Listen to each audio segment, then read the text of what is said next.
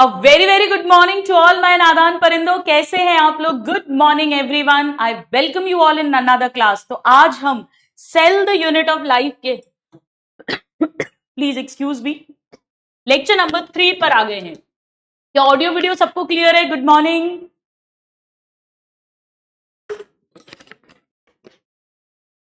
क्या audio video सबको clear है?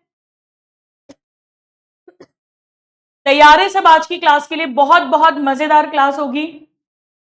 पहले मुझे यस या थम्स अप दे दीजिए ऑडियो वीडियो के लिए। आज हम बहुत सारे 3D डायग्राम्स भी देखेंगे, कुछ टेबल्स बनाएंगे, एनसीईआरटी मास्टरिंग तो करेंगे ही ऑफ कोर्स। चलिए ग्रेट, ओके। तो आइए आज की क्लास को आगे बढ़ाते हैं। और आज इस क्लास को आगे बढ़ाने के पहले मैं आपके साथ कुछ शेयर करना चाहती हूं। कल मैंने आपको ये दिखाया था, मैंने आपको बताया था कि एक डॉक्टर की लाइफ का ये सबसे बड़ा, सबसे अनमोल, प्राइजलेस, मोस्ट प्रेशियस ऑर्नामेंट होता है, यानी हमारा स्टेथोस्कोप। आज मैं आपको कुछ बताना चाहती हूं।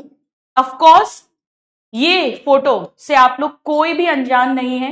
ये तथागत जो ऑल इंडिया रैंक 1 स्टूडेंट है, इसके जेई में भी स्टूडेंट्स 98+ परसेंटाइल आए थे। पीडब्ल्यू से पहली कंप्लीट ऑनलाइन रैंक 1। अब ये मैं आपको क्यों बता रही हूं? एक्चुअली कल मेरे पास इंस्टाग्राम पर एक मैसेज आया, मैं आपके साथ उसका स्क्रीनशॉट शेयर करती हूं, ठीक है? ये था वो स्क्रीनशॉट। मेरे पास कल एक मैसेज आया, यहां पे ये रहा, येस्टरडे। आप देख सकते हैं, ये कल का मैसेज है मेरा इंस्टाग्राम का कि हे मैम, आपसे लास्ट ईयर बात हुई थी, स्माइली। तो मैंने ऊपर देखा, यहां पे तथागत दिख रहा था। तो मैंने उसको पूछा, hello dear student, is it you the real one? तो उसका फिर मेरे पास में आया, यस मैम, मैंने आपको कहा था रिप्लाई कर दीजिएगा मैम, मुझे 700 तक लाने हैं, इट्स 720 दिस ईयर। तो सबसे पहले मैंने उसे ऑफ कोर्स कॉन्ग्रेचुलेट किया उसकी न्यू जर्नी के लिए। और उसके बाद मैंने उस चैट को ऊपर देखा। तो जब मैंने उस चैट को ऊपर देखा, ये जर्नी आपको बहुत मोटिवेट करेगी। तो ये तो अकाउंट है और ये रहा मई 9, 2023 का मैसेज, 9 मई 2023 का मैसेज, यानी लास्ट ईयर 2023 में जब नीट हुआ था उसके बाद का मैसेज। उसने मुझे क्या लिखा था मैं आपको यहां बताती हूं। हेलो मैम, सबसे पहले आपको बहुत बहुत थैंक यू, आपके क्वेश्चन सेशन वाज अमेजिंग। उस समय पर यूट्यूब पर जो मैंने लास्ट में एंड में क्वेश्चन लिया था महामैराथन बॉटनी का। मैम, मेरा ये फर्स्ट ड्रॉप था और मेरे 615 615 के अप्रोक्सीमेट मार्क्स बन रहे हैं। लास्ट ईयर 526 मार्क्स थे, यानी 2022 में 526 मार्क्स थे, 2023 में 615 मार्क्स आ रहे हैं। लास्ट ईयर 526 मार्क्स थे मैम, सोचा था 650 ले आऊंगा और टेस्ट में भी अच्छे आ रहे थे, पर टाइम मैनेज ना कर पाने के कारण से और थोड़े से माइनस की वजह से मैं ये नहीं कर पाया। टाइम मैनेज नहीं कर पाने के कारण से और थोड़े से माइनस होने के कारण से मैं ये नहीं कर पाया। मेरा बहुत मन था कि मैं एम्स में पढ़ूं, ये मेरे खुद का मन था, ना कि किसी और को दिखाने के लिए। देखिए, ये स्टूडेंट ने तब लिखा था जब उसके 615 नंबर आए थे कि मैं एम्स में पढ़ूं। मैंने 11th में कुछ भी नहीं पढ़ा था, कोविड वाला ईयर था, और 12th से बहुत मेहनत किया, बट सब कुछ ऑनलाइन पढ़ने की वजह से, ये देखिए, सब कुछ ऑनलाइन पढ़ने की वजह से कभी मिस्टेक्स को ठीक करने का मौका नहीं मिला और हमेशा अनकॉन्फिडेंट फील किया, क्योंकि टीचर से बात नहीं हो पाती थी कैसे क्या करना है, क्योंकि उस समय पर स्टूडेंट्स लाइव क्लासेस नहीं हुआ करती थी। बट अब ये प्रॉब्लम दूर हो गई है। नाउ प्लीज मैम, इस बार मुझे राइट गाइडेंस दीजिएगा और मुझे रास्ता बताइए कोई जिसमें बस मेरा वीक पोर्शन अच्छा हो जाए और मैं 700 तक स्कोर कर सकूं। दो प्रणाम। इसका जवाब मैं नहीं दे पाई इमीडिएटली, शायद मुझसे मिस हो गया होगा। तो ये 13 मई को उसने फिर से लिखा मैम प्लीज रिप्लाई, 3 जून को फिर से लिखा मैम प्लीज रिप्लाई, और फाइनली 13 जून को जब मुझे ये मैसेज दिखा होगा और मुझे टाइम मिला, मैंने इमीडिएटली उसको एक वॉइस नोट सेंड किया था, जिसमें मैंने उसे कहा था कोई ऑफलाइन करने की जरूरत नहीं है, आप ऑनलाइन से ही कंटिन्यू करो, कोई प्रॉब्लम नहीं, अपने वीक पोर्शंस पे वर्क करो, जागृति डायरी बनाओ, एमसीडी लिस्ट बनाओ, अगर पॉसिबल होगा तो ये ऑडियो मैसेज भी सुनाऊंगी। और आप खुद ही कह रहे हो कि आपको मौका नहीं मिल पाया गलतियों को सुधारने का, तो बस इस बार गलतियां सुधारनी है, अपने को मेहनत करनी है। ये मेरी उससे बात हुई थी, मुझे बहुत मोटिवेटिंग जर्नी लगी, क्योंकि एक स्टूडेंट जो समझ रहा है मैंने कहां कहां गलती की, जिसका सपना था कि मैं एम्स में जाऊं, 600 पहले 526 नंबर, 615 नंबर और फिर आज 720 नंबर। मैंने उसे लिखा भी, सी स्टूडेंट्स यस आई रिप्लाइड, और उसने बोला यस मैम बिल्कुल। फिर मैंने उसे परमिशन मांगी कि can I share the screenshots with new students to motivate them with your journey, और उसने फिर मुझे परमिशन दी, श्योर मैम आपको पूछने की जरूरत नहीं है, आप हमारी गुरु मां हो। तो स्टूडेंट्स ये सारे स्क्रीनशॉट्स मैं आपको इसलिए दिखा रही हूं क्योंकि जो ऑल इंडिया रैंक 1 आया है, डिजर्विंग आया है, उसने जेई में भी 98+ परसेंटाइल लाया है, उस स्टूडेंट ने भी 526 से 720 तक की अपनी जर्नी पूरी की है। क्लियर है सबको? क्या सबको ऑडियो वीडियो आ रहा है? तो स्टूडेंट्स ये रियल में जो कल मैसेजेस मेरे शेयर हुए हैं वो मैंने आपके साथ बताए हैं, यानी अगर आपके भी 400, 450, 500 नंबर आ रहे हैं तो घबराना नहीं है, कंसिस्टेंटली पढ़ना है। और दो बातें बहुत ज्यादा इंपॉर्टेंट है यहां पर, एक ये कि टाइम मैनेजमेंट नहीं हो पाया, वो उसके लिए मैं जागृति डायरी, एमसीडी लिस्ट बताई है, और दूसरा ये माइनस मार्किंग, यानी जो सिली मिस्टेक्स हो जाती हैं। ठीक है, मजे आ गए कि नहीं आ गए ये बताओ। तो इस स्टेथोस्कोप को पाने के लिए और ज्यादा मोटिवेट हो गए हैं आज हम, और आप में से कई स्टूडेंट्स ने तो मुझे अपनी जागृति डायरीज बना बनाकर भेजी हैं कल। मैं सारा तो नहीं कंपाइल कर पाई हूं, बट हाँ यहां मैंने कुछ डायरीज आपके लिए लगाई हैं। ये देखो इतना ब्यूटीफुल सा कवर भी बना दिया है मोटिवेशन के लिए। जागृति डायरी जिसको नहीं पता वो कल वाला लेक्चर देख लीजिएगा, ठीक है बेटा। ऑडियो वीडियो क्लियर है क्या? प्लीज एक बार मुझे बता दीजिए, क्योंकि काफी लोग नो लिख रहे हैं, कुछ यस लिख रहे हैं। ऐसा नहीं हो मैं बोलती जाऊं। हाँ, मुझे जागृति डायरी आप टेलीग्राम पर भी भेज सकते हो, इंस्टाग्राम पर भी भेज सकते हो। मैं अभी आईडीज आपको अपनी लास्ट में दे दूंगी, ठीक है। टेलीग्राम पर ज्यादा अच्छा है वैसे अगर आप भेजें तो। ओके, तो जागृति डायरी के बारे में जिसको नहीं पता वो कल वाला सेकंड लेक्चर देख लेना। करें क्लास शुरू? अब आ जाओ, चेहरे पे स्माइल, आंखों में चमक, दिल में फुल पॉजिटिविटी, इस स्टेथोस्कोप के नाम ये पहनना है, मुझे कमाकर पहनना है। इसके नाम आशीर्वाद लेते हैं बायोलॉजी माता का। अब पूरा और पॉजिटिव हो गए हैं, फुल जोश में आ गए हैं। बोलो बायोलॉजी मैया की जय हो। करें क्लास? चलिए, तो आइए सबसे पहले हम रिवाइज करते हैं, रिकैप करते हैं लास्ट क्लास का। स्टूडेंट्स ये जो मुझे पहले ये बताओ जरा, यहां पे थम्स अप देके या यस बोल के कितने बच्चे हैं जो ये माइंड मैप्स बना रहे हैं, प्लीज बताइए। हाँ जी, जूलॉजी में बहुत जल्दी पढ़ाऊंगी, यकीन में भी पढ़ाऊंगी, डोंट वरी। शायद नेक्स्ट यकीन में ही बहुत जल्दी। लक्ष्य में, हाँ लक्ष्य 2.0 में भी मैं जूलॉजी लूंगी 12th का जो है, और आपके यकीन में भी बहुत जल्दी आ रही हूं, डोंट वरी। तो ये माइंड मैप्स जो है बेटा, कल मैं आपके ऐप पर, कल मैंने बहुत सारे बच्चों को, ऑलमोस्ट सभी को आंसर्स भी दे दिए थे। मुझसे डाउट पूछना है ऐप पर पूछो आप, और मैंने वहां बताया था आपको कि जो कॉमन डाउट्स थे इसे आप शॉर्ट नोट्स की तरह भी कंसिडर कर सकते हो। आप इसमें कुछ 1-2 पॉइंट्स और भी लिख सकते हो जो आप भूलते हो, और ये शॉर्ट नोट्स ये मैं खुद आपको बना के दे रही हूं हर लेक्चर के बाद में, यही आपके शॉर्ट नोट्स बनते जा रहे हैं। तो ये हमारी कल की क्लास है, और कल की क्लास में हमने ग्लाइकोकैलिक्स, फिर cell wall, plasma membrane, cytoplasm, उसके अंदर nucleoid, plasmid, ribosome, inclusion bodies पढ़ा था, और प्लाज्मा मेम्ब्रेन अंदर फोल्ड होगी तो मीजोसोम, क्रोमैटोफोर, और बाहर की तरफ मूव करेगी तो पिलई और फिम्ब्री। अब आइए हम आज की क्लास को शुरू करेंगे। आज सबसे पहले हमारा एक पॉइंट बच गया था, और वो था फ्लैजिला। अगर आपको याद हो तो हमने फ्लैजिला नहीं पढ़ा था। अच्छा, मैं कल देख रही थी तो आप लोग इतने बच्चों जैसे मेरे से डाउट पूछ रहे थे, बच्चे तो हो ही आप मेरे, लेकिन बच्चों जैसी बात कर रहे थे। आप कह रहे थे मैम आपने साइटोप्लाज्म नहीं लिखा तो आपकी नंबरिंग गलत है। बेटा साइटोप्लाज्म अलग से इसलिए नहीं लिखा क्योंकि इस जगह एनसीईआरटी में साइटोप्लाज्म के बारे में कुछ और दिया नहीं है। तो आप प्लीज ऐसे बच्चों जैसे मत बनो यार, इतनी स्पून फीडिंग नहीं करनी, मतलब भोलापन रखो, इनोसेंस रखो, नादान बनो, पर बेवकूफ हो जैसी बातें नहीं करनी है ना। बेवकूफ होने में और नादान होने में एक डिफरेंस होता है। चलिए आइए अब स्टार्ट करते हैं आज की क्लास। सबसे पहले हम इस फ्लैजिला के बारे में पढ़ेंगे। तो हेडिंग लिखो,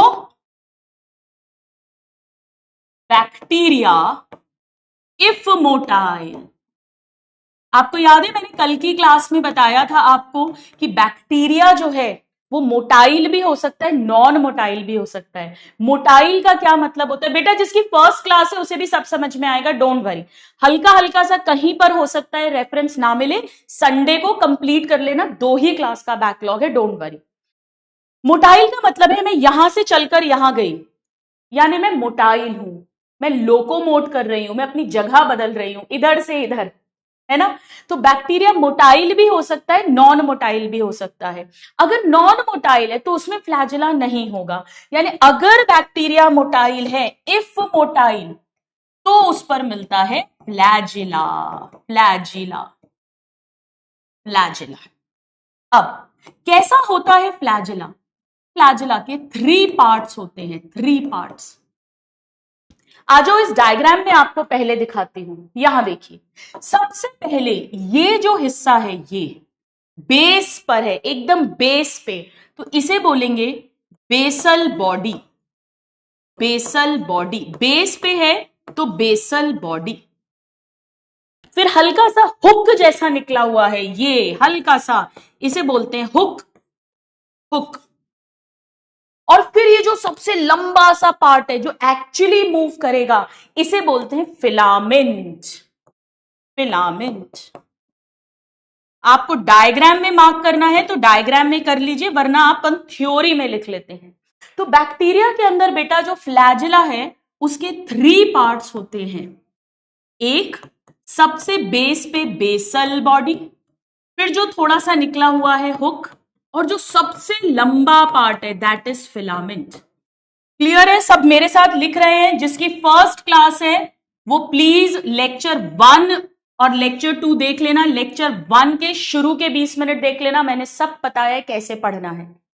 अगर मैं आपसे पूछूं कि बताओ इन तीनों में से सबसे लॉन्गेस्ट पार्ट कौन सा है, तो रटना नहीं है, डायग्राम में ही दिख रहा है कि सबसे लंबा क्या है, फ्लैजिला, यानी this is the longest portion, longest part. इस पे क्वेश्चन आता भी है। तो 3 पार्ट्स हैं जिसमें से सबसे लंबा है।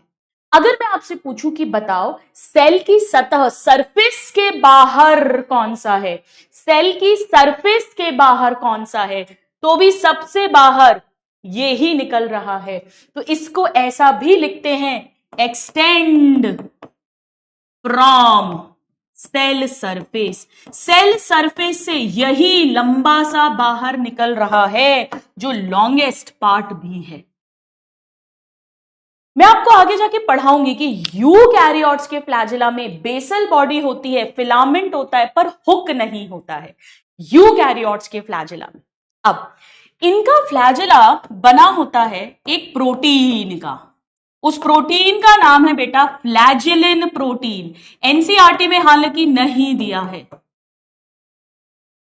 जबकि यूकैरियोट्स का फ्लैजिला, जैसे हमारे स्पर्म में भी, स्पर्म एक यूकैरियोटिक सेल है, एनिमल सेल है, उसमें भी फ्लैजिला है, वो टिब्यूलिन प्रोटीन का बना होता है। ऐसा समझ लो प्रोटीन अलग है, प्रोटीन अलग है। क्या हर बैक्टीरिया में फिक्स है एक ही फ्लैजिला होगा या 2 ही फ्लैजिला होंगे? नहीं। सो वैरी इन नंबर। जी हां, फ्लैजिला का नंबर अलग अलग बैक्टीरिया में अलग अलग हो सकता है। यही नहीं, इवन अरेंजमेंट भी अलग अलग हो सकता है। इसका क्या मतलब है? इसका बहुत इजी मतलब है, आइए समझते हैं। नंबर एंड अरेंजमेंट, जैसे अब इतना डिटेल पूछते नहीं है। कुछ बैक्टीरिया ऐसे होते हैं जिनमें एक ही फ्लैजिला होता है, कुछ बैक्टीरिया ऐसे होते हैं जिनमें ऐसे 2 फ्लैजिला होते हैं, कुछ बैक्टीरिया ऐसे होते हैं जिनमें एक ही तरफ बहुत सारे फ्लैजिला होते हैं, कुछ बैक्टीरिया ऐसे होते हैं जिनमें इधर से भी बहुत सारे फ्लैजिला हैं, इधर भी बहुत सारे फ्लैजिला हैं, और कुछ बैक्टीरिया ऐसे होते हैं जिनमें चारों तरफ फ्लैजिला हैं, जैसे ई कोलाई में ऐसे ही होता है। पहले इसके एग्जाम्पल्स भी पढ़ाते थे, टाइप्स के नाम भी बताते थे। अब बस इतना समझ लो कि ये याद रखना है, फ्लैजिला का फंक्शन तो सेम है, मोटिलिटी पहले ही लिख दिया है, फंक्शन सेम है, पर नंबर और अरेंजमेंट अलग अलग होता है। तो अगर उन्होंने यहां पे लिख दिया कि वैरी इन फंक्शन तो फॉल्स हो जाएगा, vary in shape structure false हो जाएगा। सबके फ्लैजिला एक से हैं, फ्लैजिलिन प्रोटीन के बने हैं, पर नंबर अलग है और अरेंजमेंट अलग है। डन है। अब फ्लैजिला कैसा दिख रहा है? एकदम पतला, तो थिन, धागे जैसा है, फिलामेंट जैसा है, फिलामेंटस, थिन फिलामेंटस, एकदम पतला धागे जैसा, थिन फिलामेंटस। कहां से निकल रहा है ये बाहर? गौर से देखो जरा, इस डायग्राम को देखो। ये प्लाज्मा मेम्ब्रेन है, फिर सेल वॉल है, और उसके भी बाहर निकल रहा है, तो यानी ये एक्सटेंड कर रहा है, बाहर निकल रहा है सेल वॉल से, तो इसे कहते हैं thin filamentous extension from cell wall. बेटा ये सेल वॉल के भी बाहर है, प्लाज्मा मेम्ब्रेन सेल वॉल को चीरता हुआ बाहर आ रहा है। एक एक शब्द इंपॉर्टेंट है, थिन की जगह थिक कर देंगे फॉल्स हो जाएगा। यानी फ्लैजिला के 3 पार्ट्स हैं, फ्लैजिलिन प्रोटीन का बना है, नंबर अरेंजमेंट अलग अलग होगा, और थिन फिलामेंटस एक्सटेंशन है सेल वॉल से। यूकैरियोट्स के फ्लैजिला में क्या होता है, एक हल्का सा आइडिया दे रही हूं, आगे डिटेल में पढ़ाऊंगी। बेटा यूकैरियोट्स में क्या होता है, आपको लिखने की जरूरत नहीं है। यूकैरियोट्स के फ्लैजिला में, जैसे सपोज ये प्लाज्मा मेम्ब्रेन है, तो ये भी ऐसे हो जाती है, और यहां पर ये बेसल बॉडी और ये फिलामेंट ऐसा रहता है। यानी यूकैरियोट के फ्लैजिला के चारों तरफ प्लाज्मा मेम्ब्रेन हमेशा दिखेगी आपको, प्लाज्मा मेम्ब्रेन। पर यहां ऐसा नहीं है, यहां प्लाज्मा मेम्ब्रेन साथ में बाहर नहीं जा रही। ठीक है, डन है। जल्दी से देख लो, इतना एक एक पॉइंट नोट करो, क्लास में नोट्स बनाने हैं, वेरी वेरी इंपॉर्टेंट। जिनके पास लास्ट ईयर के नोट्स मेरे ही बने हुए हैं वो एक्स्ट्रा पॉइंट्स लिख सकते हैं अगर कहीं पर कुछ आ रहा है, और शॉर्ट नोट्स जो मैं बनाती हूं वो बना लीजिए। ठीक है बेटा, बस बाहर निकला हुआ है ऐसा समझ लो, ये प्लाज्मा मेम्ब्रेन, ये सेल वॉल, यहां बीच में बेसल बॉडी हुक होता है, और ये धागा निकल रहा है फ्लैजिला। चलिए अब आइए हम, ये रहा एनसीईआरटी। प्लीज एक बार एनसीईआरटी खोलो अपनी, सब लोग एनसीईआरटी खोलो, एनसीईआरटी ओपन कर लो। मैंने कहा था एनसीईआरटी साथ में रखो। चलो आओ मेरे साथ मार्क करो। एनसीईआरटी में cell the unit of life chapter निकालो, प्रोकैरियोटिक सेल पे जाओ, ये तो कल पढ़ लिया था हमने। ये देखो, बैक्टीरियल सेल में भी मोटाइल और नॉन मोटाइल, मार्क करो मेरे साथ, come on everybody. Motile, thin, filamentous extension from cell wall, जिसे कहेंगे फ्लैजिला। नंबर एंड अरेंजमेंट में रेंज है, रेंज मतलब डिफरेंट डिफरेंट अरेंजमेंट्स हैं, डिफरेंट डिफरेंट नंबर्स हैं, वैरी है। 3 पार्ट्स हैं, filament, hook and basal body. Longest portion और जो सेल सरफेस से बाहर निकलेगा वो है फिलामेंट। ठीक है, आगे बढ़े। चल अब ये मैं आपको होमवर्क दूंगी, अभी लिखना मत बेटा, ये होमवर्क है, कल संडे है, संडे के लिए होमवर्क है ये। आओ मेरे साथ मार्क करवाओ, मैं बता रही हूं, आप मुझे आंसरिंग करना। प्रोकैरियोटिक फ्लैजिला बना है फ्लैजिलिन प्रोटीन का, फ्लैजिलिन। अभी रेस्ट करो, लिखो मत, ये होमवर्क है। ये बनेगा टिब्यूलिन प्रोटीन का, प्रोटीन अलग अलग है। अभी अभी हमने पढ़ा, इसमें 3 पार्ट्स होते हैं, basal body, hook and filament. Rest दे रही हूं आपको, देखो अभी लिखवाऊंगी।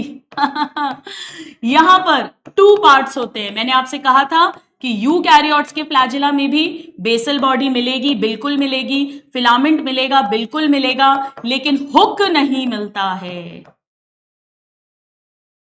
नेचुरली ये लेस एडवांस्ड है तो छोटा होगा, पतला होगा।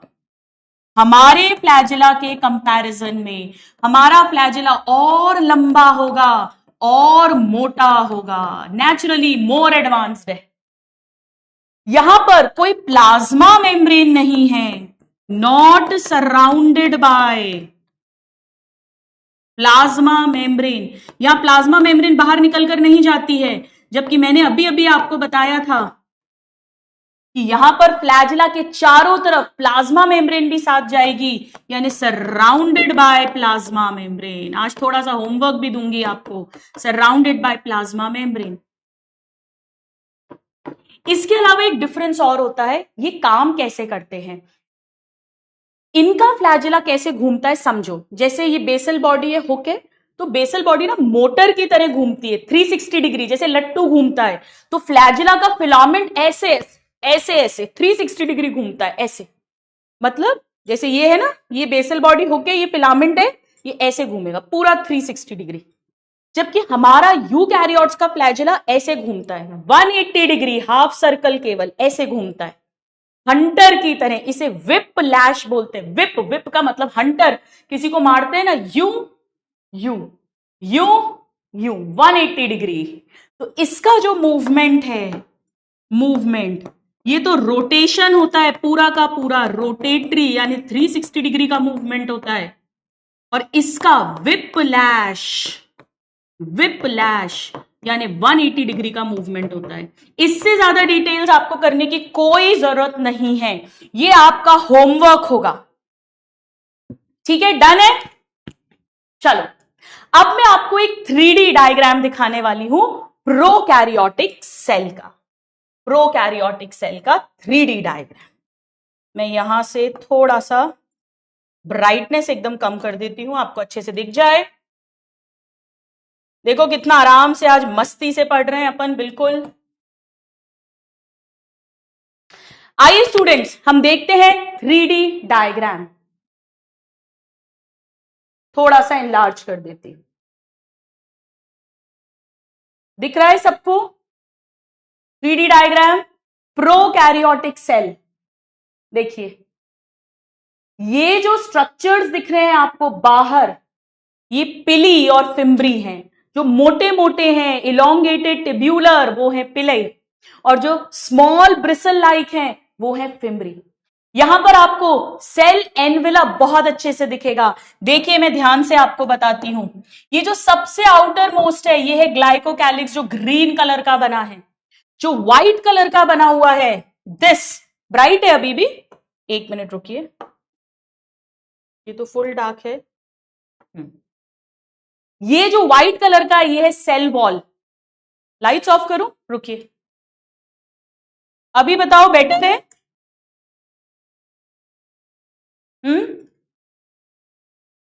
अभी बेटर है? ठीक है। ये व्हाइट वाला जो है ये है सेल वॉल, और ये पर्पल वाली जो है ये है प्लाज्मा मेम्ब्रेन। तो glycocalyx, cell wall and plasma membrane तीनों के डिस्टिंक्ट फंक्शंस हैं, बट अभी भी कम है ब्राइटनेस। ओके है ये?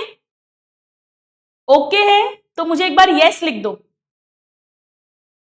चलिए तो आइए हम देखते हैं प्रोकैरियोटिक सेल का 3D diagram.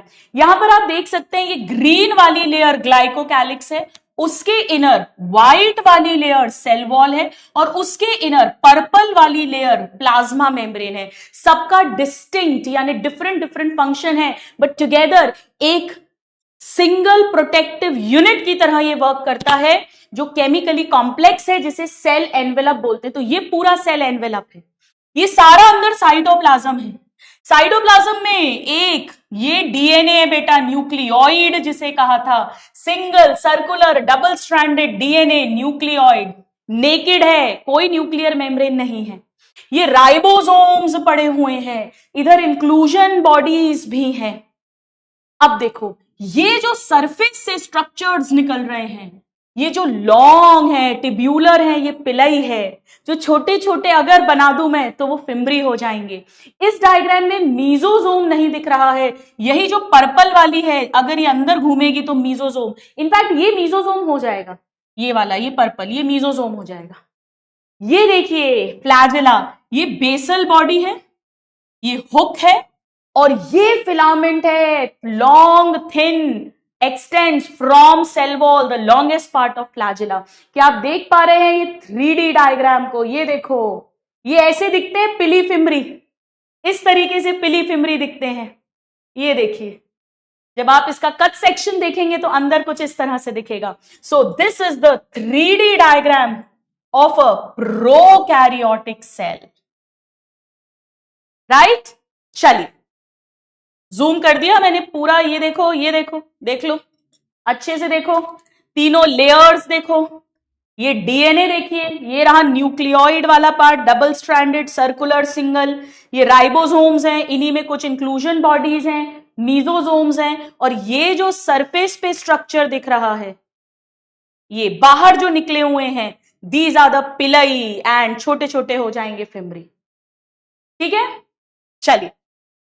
So this is the 3D diagram of a prokaryotic cell. Lights on कर दूं मैं एक बार?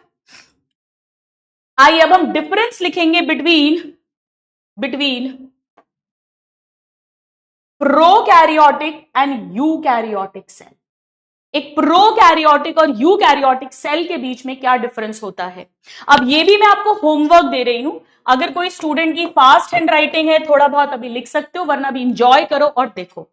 चलिए, ट्रू न्यूक्लियस किस में होगा? चलो फटाफट से आंसर्स करो मुझे। ट्रू न्यूक्लियस किस में होगा? यहां एब्सेंट होगा और यहां प्रेजेंट होगा। ट्रू न्यूक्लियस मतलब न्यूक्लियर मेम्ब्रेन होगी, यहां एब्सेंट, यहां प्रेजेंट। बेटा न्यूक्लियस के ही अंदर एक स्ट्रक्चर होता है न्यूक्लियोलस, तो जब न्यूक्लियस ही नहीं होगा तो न्यूक्लियोलस भी नहीं होगा, और यहां होगा। यहां पर डीएनए कैसा था? एक सिंगल। यहां पर बहुत सारा डीएनए है। यहां पे था सर्कुलर, गोल, ये लास्ट क्लास में पढ़ाया था। यहां पर हो जाएगा लीनियर। हाँ, डबल स्ट्रैंडेड तो दोनों में ही होता है, डबल स्ट्रैंडेड दोनों में होता है, यानी एक ही डीएनए है तो क्रोमोसोम भी एक मानते हैं। और हमारे में बहुत सारे क्रोमोसोम्स बनते हैं, जैसे हमारे अंदर 46 क्रोमोसोम बनते हैं। ड्रोसोफिला, फ्रूट फ्लाई में आपने पढ़ा होगा 8 क्रोमोसोम्स बनते हैं। मटर, पी के अंदर 14 क्रोमोसोम्स बनते हैं। तो मैनी क्रोमोसोम्स। हिस्टोन प्रोटीन मैंने कहा था यहां नहीं होता, मेम्ब्रेन बाउंड ऑर्गेनेल्स यहां नहीं होंगे, जबकि यहां पर ये सब कुछ मिलेगा। अब सेल वॉल यहां पर पेप्टाइडोग्लाइकन की है, जरा चैट बॉक्स में बताओ, in which prokaryote cell wall is absent? Chat box में बताइए। यहां भी सेल वॉल होगी, पर वो सेल्यूलोज की होगी या काइटिन की होगी। एनिमल सेल होगा तो ऑफकोर्स नहीं भी होगी, बट अगर है, इफ प्रेजेंट, तो कैसे होगी? ग्लाइकोकैलिक्स मैंने आपको बताया था कि यहां पे पॉलीसेकेराइड यानी बड़ी बड़ी शुगर्स का बनता है, कल पढ़ाया था। और मैंने तभी बताया था कि हमारे अंदर छोटी छोटी शुगर्स यानी ओलिगोसैकेराइड्स का बनता है। मीजोसोम हमने, यस माइकोप्लाज्मा, क्या बात है, बहुत बढ़िया।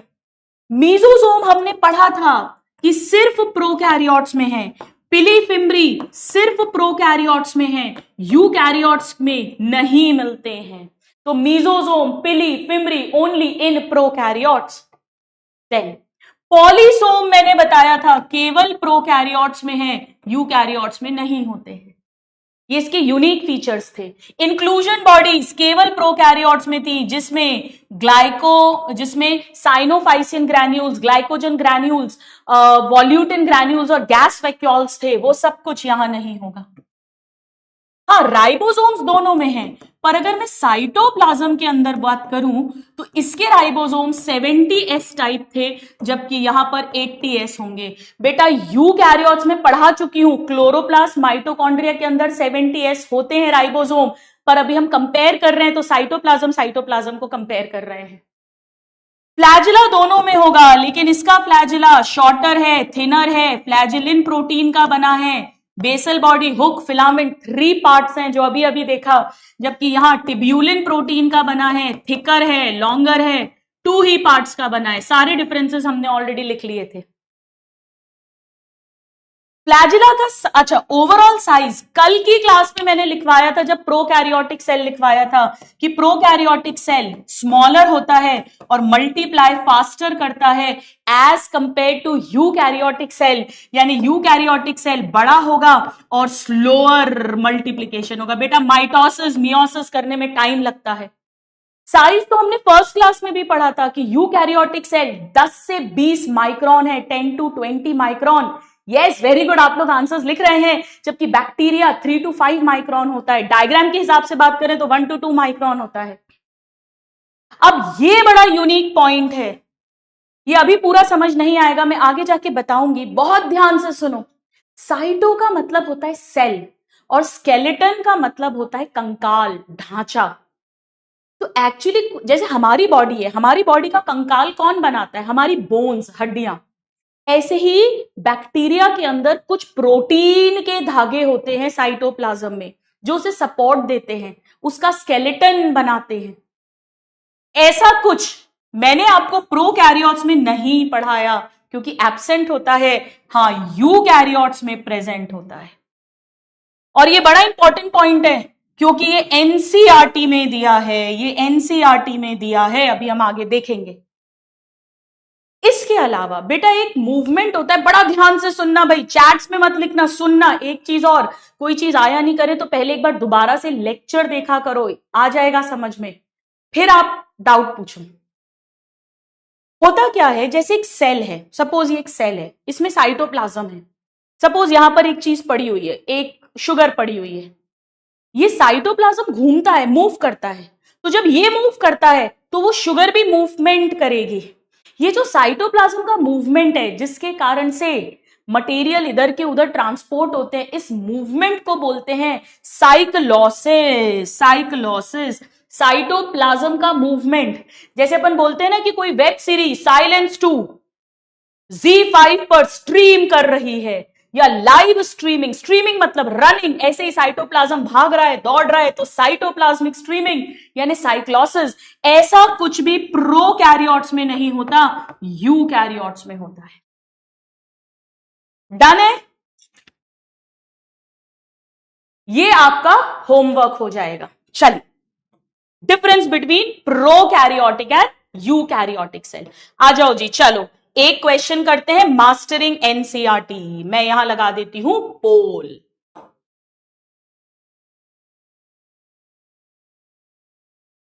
करिए स्टार्ट। मैं साइड हो जाती हूं, करिए ट्राई। यहां हमारा प्रोकैरियोटिक सेल कंप्लीट होगा and difference between prokaryotic and eukaryotic cell भी कंप्लीट होगा। मजे आ रहे हैं? बिल्कुल, गुरु मां की क्लास स्ट्रीम कर रही है, स्ट्रीमिंग कर रही है, लाइव क्लास। स्लाइमी लेयर कैसी होती है? लूज और थिन होती है। ए का 5, खेल खत्म, पैसा हजम। 30 सेकंड क्या, ये तो 5 सेकंड में आंसर आएगा, ये तो 5 सेकंड में आंसर आना चाहिए। आइए देखते हैं। 85% ने सही दिया है, गरिमा ने सबसे पहले, फिर नैन्सी ने, बाकी अपन खुद ही देख लेते हैं। बहुत बहुत इजी है। कैप्सूल टफ हो जाएगा बिल्कुल। पिलई, पिलई और फिम्बरी, इनका मोटिलिटी में रोल नहीं है, conjugation, DNA transfer. Fimbriae attach होता है, स्मॉल ब्रिसल लाइक होता है। क्रोमैटोफोर ब्लू ग्रीन एल्गी में, इनमें पिगमेंट्स होते हैं। और फ्लैजिला मोटिलिटी देता है।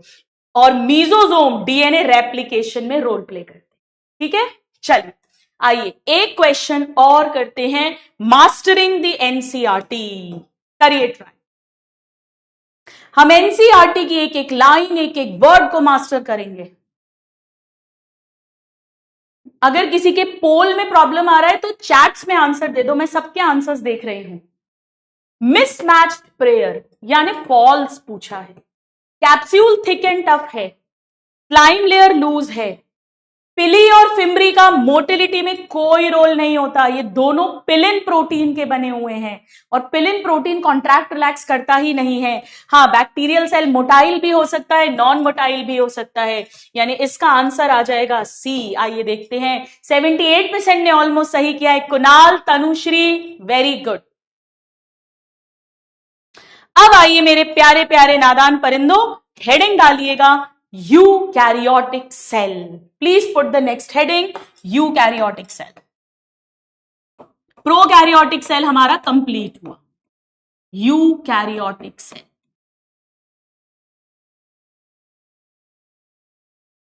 चल, प्रोकैरियोट्स में कौन आया था? Kingdom Monera. याद है हमने लिखा था बैक्टीरिया, साइनोबैक्टीरिया एंड माइकोप्लाज्मा या पीपीएलओ। बाकी चारों किंगडम्स कौन कौन से होते हैं? इट इंक्लूड्स ऑल प्रोटिस्ट यानी protista kingdom, then fungi kingdom, then plants यानी plantae kingdom, then animal kingdom. यानी जितने भी ये चारों किंगडम है, protista, fungi, plantae, animalia, they all are eukaryotes. अब जिन्होंने दोनों लेक्चर्स अटेंड करे हैं वो जानते हैं कि मेन डिफरेंस क्या होता है प्रोकैरियोट और यूकैरियोट का, कि प्रोकैरियोट का डीएनए ऐसे ही पड़ा है, उसमें चारों तरफ न्यूक्लियर मेम्ब्रेन नहीं है। आइए इसी बात को हम यहां पर लिखते हैं। तो न्यूक्लियर एनवेलप या न्यूक्लियर मेम्ब्रेन प्रेजेंट, वहां एब्सेंट लिखा था। और क्योंकि एक प्रॉपर मेम्ब्रेन है इसीलिए हम कहेंगे कि एक प्रॉपर न्यूक्लियस है, इसीलिए इसमें एक ऑर्गेनाइज्ड प्रॉपर न्यूक्लियस जैसा स्ट्रक्चर मिलता है। ये प्रोकैरियोट में नहीं मिल रहा था। क्यों है organised nucleus? Because of presence of nuclear membrane. क्या बेटा ये असर्शन रीजन का क्वेश्चन नहीं बन गया? ये असर्शन है और ये इसका रीजन है, रीजन है।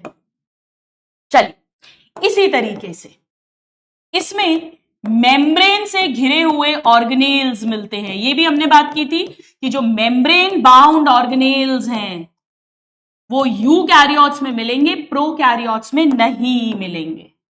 ये हमने बात की थी, बिल्कुल की थी। अब इससे क्या होगा, बड़ा ध्यान से सुनना भाई, फुल कंसंट्रेशन चाहिए मुझे सबका। सुनो, बनाना मत अभी जो मैं बना रही हूं। सपोज करो ये एक सेल है, यूकैरियोटिक सेल है, प्लांट सेल, एनिमल सेल, कुछ भी हो सकता है, जो भी है। ये मान लो इसका न्यूक्लियर मेम्ब्रेन है, ये अंदर जेनेटिक मटेरियल पड़ा हुआ है। अब इसमें मेम्ब्रेन से घिरे हुए बाउंडेड स्ट्रक्चर्स हैं।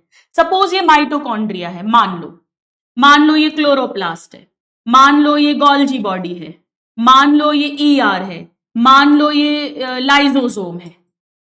तो क्या मैं ये बोल सकती हूं बेटा, मुझे यस या नो देना, कि एक ही सेल के अंदर साइटोप्लाज्म में बहुत सारे कंपार्टमेंट्स बन गए? ये एक कंपार्टमेंट, ये दूसरा कंपार्टमेंट, ये तीसरा कंपार्टमेंट, ये चौथा कंपार्टमेंट, ये पांचवा कंपार्टमेंट, ये छठा कंपार्टमेंट, कंपार्टमेंट्स बन गए? यस या नो बोलो। Lots of compartments. जितने सेल ऑर्गेनेल्स हैं वो एक एक कंपार्टमेंट की तरह बिहेव करेंगे, जैसे ट्रेन के अंदर डब्बे होते हैं, क्योंकि सबकी अपनी अपनी मेम्ब्रेन है। यानी इन मेम्ब्रेन बाउंड स्ट्रक्चर्स के कारण से, इसके कारण से साइटोप्लाज्म में बहुत सारे कंपार्टमेंट्स बनते हैं, यानी extensive compartmentalisation of cytoplasm. Cytoplasm के अंदर एक्सटेंसिव मतलब लॉट्स ऑफ कंपार्टमेंट्स बनते हैं। क्योंकि मेम्ब्रेन बाउंड ऑर्गेनेल है। और ये भी हमारा असर्शन रीजन का क्वेश्चन बन गया।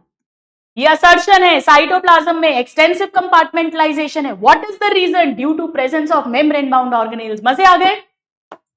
अब इसका जो जेनेटिक मटेरियल है, जेनेटिक मटेरियल यानी DNA, it is organised into, अब बड़ा ध्यान से सुनो भाई, प्रोकैरियोट्स के अंदर एक ही डीएनए है, एक ही डीएनए का मॉलिक्यूल है, उसी को हम एक क्रोमोसोम बोल देते हैं। पर जैसे हम अपनी बात करें, हमारे हर सेल के अंदर 2.2 मीटर, ऑलमोस्ट 2.25 मीटर लंबा डीएनए है, और उससे बनते हैं 46 क्रोमोसोम्स। यानी जेनेटिक मटेरियल ऑर्गेनाइज होकर क्या बनाता है हमारे में? क्रोमोसोम्स बनाता है। इसे मैं और डिटेल में आगे पढ़ाऊंगी। पहले क्रोमैटिन बनता है, धागा, और फिर क्रोमोसोम्स बनते हैं। वहां ऐसा नहीं होता, वहां एक ही डीएनए, उसी को क्रोमोसोम बोल दो आप। अब they have a variety of complex, लिखिए एनसीईआरटी की लाइंस हैं, लोकोमोटरी एंड साइटोस्केलेटल स्ट्रक्चर्स। अब ये क्या मतलब है भाई, ध्यान से सुनिए।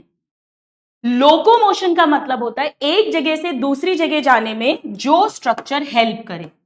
जैसे हमारे बॉडी के अंदर हमारे पैर, लेग्स मूवमेंट करवाते एक जगह से दूसरी जगह। प्रोकैरियोट्स के अंदर ओनली फ्लैजिला था अगर मोटिलिटी होनी है, पर यूकैरियोट्स में आप जानते हो कहीं पर फ्लैजिला है तो कहीं पर सीलिया है, जैसे पैरामीशियम में सीलिया है, और कहीं पर सूडोपोडिया भी है, जैसे अमीबा में सूडोपोडिया है। इवन हमारे डब्ल्यूबीसी में सूडोपोडिया बनते हैं, हमारे स्पर्म में फ्लैजिला होता है। तो प्रोकैरियोट्स में ओनली फ्लैजिला है, बट यूकैरियोट्स में फ्लैजिला, सीलिया, सूडोपोडिया, यानी वेराइटी है, वेराइटी। और ये काफी कॉम्प्लेक्स है, सिंपल नहीं है बेटा। एक एक शब्द पे क्वेश्चन आएगा, एक एक वर्ड पे क्वेश्चन आएगा, ठीक है? डन है? चलिए, अब इसके अलावा साइटोस्केलेटल स्ट्रक्चर, ये मैंने अभी आपको पॉइंट बताया था। मैंने अभी यहां देखो, जब मैंने डिफरेंस बताया था प्रोकैरियोट एंड यूकैरियोट का, तो मैंने कहा था सेल के अंदर कुछ प्रोटीन के धागे हैं, साइटोस्केलेटल स्ट्रक्चर। ये केवल प्रोकैरियोट्स में नहीं है, यूकैरियोट्स में है। और मैंने कहा था ये इंपॉर्टेंट है क्योंकि एनसीईआरटी में दिया है, यहां दिया है एनसीईआरटी में, इस तरीके से लिखा है। इनकी डिटेल्स, बहुत डिटेल्स हम आगे इसी चैप्टर के अंदर पढ़ेंगे। इसमें बेटा माइक्रोफिलामेंट्स आते हैं जिससे सूडोपोडिया बनता है, या अगर आपको याद हो एनिमल सेल में जब साइटोकाइनेसिस होता है तो जो ग्रूव, गड्ढा बनता है, इन्हीं की मेहरबानी से बनता है। कुछ थोड़े मोटे होते हैं, उन्हें इंटरमीडिएट फिलामेंट्स कहते हैं, और कुछ और मोटे होते हैं उन्हें माइक्रोटिब्यूल्स कहते हैं, जो टिब्यूलिन प्रोटीन के बने हैं। मैं पढ़ाऊंगी, जिसे नहीं आता कोई बात नहीं है। इन्हीं माइक्रोटिब्यूल से यूकैरियोट्स में सीलिया, फ्लैजिला, सेंट्रियोल, स्पिंडल फाइबर, वो सब बनते हैं। डन है? जल्दी से नोट कर लो एक एक वर्ड बेटा। पिलिन प्रोटीन पिलई और फिम्ब्री, इन दो के अंदर मिलता है। जल्दी से नोट करिए।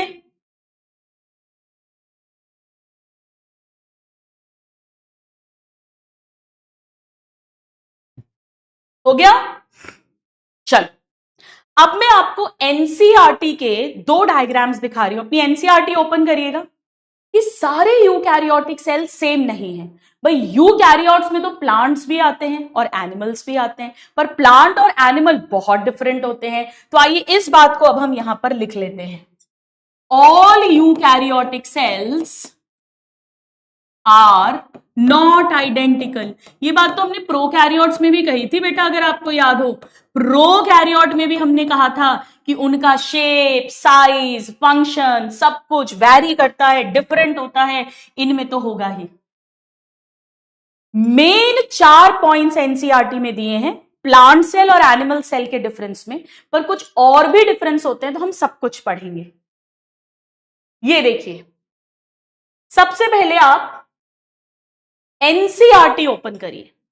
अपनी एनसीईआरटी ओपन करो बेटा। ये एक प्लांट सेल का डायग्राम दिया है, ये एक एनिमल सेल का डायग्राम दिया है। मैंने इन दोनों डायग्राम्स को एक साथ लगाया है ताकि कंपेयर करना इजी हो जाए। एनसीईआरटी में मार्क करिए। हम सिस्टमैटिकली चलते हैं। सबसे पहले प्लांट सेल के पास में सेल वॉल होगी। सेल वॉल एनिमल सेल में कभी नहीं होती है। तो ये रही प्लांट सेल की सेल वॉल। मेरे साथ मार्क करो, ये यूनिक है तो इसे स्टार लगा देंगे। ऐसा कुछ एनिमल सेल में नहीं मिलेगा। एक बात याद रखना, मैं अभी पढ़ाऊंगी, जब भी सेल वॉल होती है तो उसके साथ मिडिल लैमेला होता है और प्लाज्मोडेस्माटा होता है। ये अभी समझ नहीं आएगा, ये अभी समझ नहीं आएगा, पर ये थोड़ी सी देर में समझ आएगा, मैं इसे आज ही पढ़ाऊंगी। तो मिडिल लैमेला और प्लाज्मोडेस्माटा और सेल वॉल, ये तीनों एक साथ मार्क कर दी, एनिमल सेल में नहीं मिलेगी। थोड़ा अंदर आते हैं, सेल वॉल के अंदर होती है प्लाज्मा मेम्ब्रेन। अब प्लाज्मा मेम्ब्रेन तो सब में होती है, तो ये रही प्लाज्मा मेम्ब्रेन। प्लाज्मा मेम्ब्रेन यहां भी है, प्लाज्मा मेम्ब्रेन यहां भी है। और अंदर आए तो साइटोप्लाज्म, साइटोप्लाज्म तो सब जगह होता है, तो इसमें भी साइटोप्लाज्म है, इसमें भी साइटोप्लाज्म है। अब साइटोप्लाज्म के अंदर क्योंकि ये दोनों यूकैरियोटिक हैं, तो न्यूक्लियर एनवेलप यानी मेम्ब्रेन मिलेगी, न्यूक्लियस मिलेगा और उसके अंदर न्यूक्लियोलस मिलेगा, ये भी सब में मिलेगा। तो nuclear envelope, nucleus, nucleolus, nuclear envelope, nucleus, nucleolus. अब हम आ जाते हैं ऑर्गेनेल्स पर। माइटोकॉन्ड्रिया दोनों में मिलते हैं, क्योंकि माइटोकॉन्ड्रिया को एटीपी बनाना है और एटीपी तो सब बनाते हैं। पर क्लोरोप्लास्ट, क्रोमोप्लास्ट, ल्यूकोप्लास्ट यानी प्लास्टिड जागीर है प्लांट सेल की, तो क्लोरोप्लास्ट यानी प्लास्टिड्स केवल प्लांट सेल में मिलेंगे, हम स्टार लगा देते हैं। हाँ, राइबोसोम तो सब में मिलते हैं, प्रोटीन सिंथेसिस करना है, राइबोसोम सब में मिलते हैं। इसी तरह मैं ER बताऊंगी आपको। एंडोप्लाज्मिक रेटिकुलम बेटा दो तरह की होती है, एक जो एस स्मूथ होती है जिससे लिपिड बनता है, एक रफ जिस पे राइबोसोम है जिससे प्रोटीन बनता है, तो वो भी दोनों में होगी। तो SER, SER, RER, RER, ये भी दोनों में होगी। ठीक है, अब गोल्जी बॉडी भी दोनों में होगी, गोल्जी बॉडी हम पढ़ेंगे, गोल्जी बॉडी या पैरेटस एक ही बात। लाइसोसोम जो सुसाइड बैग है वो भी दोनों में होगा, तो ये रहा लाइसोसोम।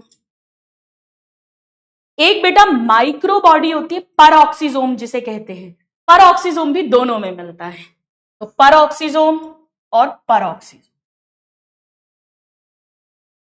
हाँ, एक डिफरेंस है, बड़ा ध्यान से सुनना, बड़ा ध्यान से। यहां पर क्योंकि प्लाज्मा मेम्ब्रेन के चारों तरफ कोई कड़क सेल वॉल नहीं है, तो सपोज करो ये एक एनिमल सेल है, ये न्यूक्लियस है, इसकी प्लाज्मा मेम्ब्रेन ऐसे ऐसे हो जाती है, क्यों? सरफेस एरिया बढ़ जाए। पहले डाइजेस्टिव सिस्टम पढ़ाते थे, हमारे इंटेस्टाइन के सेल में जहां सरफेस एरिया इंक्रीज करना है, ऐसे स्ट्रक्चर्स बनते हैं और इन्हें बोलते हैं माइक्रोविलाई। और ये माइक्रोविलाई केवल एनिमल सेल में बनेंगे, ये प्लांट सेल में नहीं बन सकते, क्योंकि वहां कड़क सेल वॉल है, तो उसके बाहर ऐसे प्लाज्मा मेम्ब्रेन यहां नहीं निकल पाती है।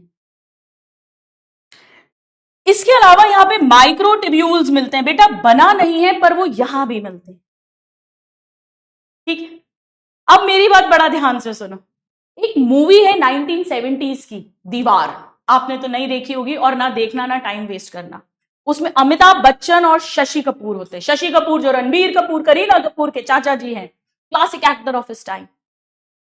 तो बचपन में बहुत गरीबी होती है, इनके साथ बहुत धोखाधड़ी होती है। इनकी माँ होती है निरूपा रॉय, जो बॉलीवुड की फेमस माँ है, और बहुत इनके साथ ट्रेजेडीज होती है। तो अमिताभ बच्चन जो है वो बहुत बड़ा डॉन गुंडा बन जाता है और शशि कपूर पुलिस इंस्पेक्टर बन जाता है। तो बड़े होके शशि कपूर एक बार अमिताभ बच्चन के पास आता है और कहता है, भाई मुझे तेरा साइन दे दे, मतलब अपने आप को पुलिस के हवाले कर दो। तो वो कहते हैं, जाओ जाकर पहले उस आदमी के साइन लेकर आओ जिसने मेरी मां को दुख दिया, जाओ जाकर पहले उस आदमी के साइन लेकर आओ जिसने यहां लिख दिया तेरा बाप चोर है। ऐसे करके उनकी बातें होती हैं। तो अमिताभ बच्चन फिर शशि कपूर को पूछता है, इंस्पेक्टर को पूछता है, बोला आज आज मेरे पास बंगला है, गाड़ी है, दौलत है, शोहरत है, तुम्हारे पास क्या है? तो शशि कपूर बोलता है, मेरे पास मां है, क्योंकि जो मां है वो ईमानदार बेटे का साथ दे रही होती है। ठीक इसी तरह, बड़ा फेमस डायलॉग है, ठीक इसी तरह प्लांट सेल यानी अमिताभ बच्चन एनिमल सेल यानी शशि कपूर को बोलता है, ए एनिमल सेल, मेरे पास सेल वॉल है, मेरे पास मिडिल लैमेला है, मेरे पास प्लाज्मोडेस्माटा है, मेरे पास क्लोरोप्लास्ट, क्रोमोप्लास्ट, ल्यूकोप्लास्ट यानी प्लास्टिड्स हैं, मेरे पास बड़ा सा वैक्यूल है, तेरे पास क्या है? तो एनिमल सेल बोलता है, मेरे पास मां तो है, सेंट्रियोल है। यानी यहां पर सेंट्रियोल मिलता है जो कभी भी प्लांट सेल में नहीं मिलता है, नेवर। बेटा दो सेंट्रियोल मिलकर सेंट्रोसोम बनाते हैं, तो आप सेंट्रियोल बोलो या सेंट्रोसोम बोलो एक ही बात है, इनकी डिटेल्स में आगे पढ़ाऊंगी।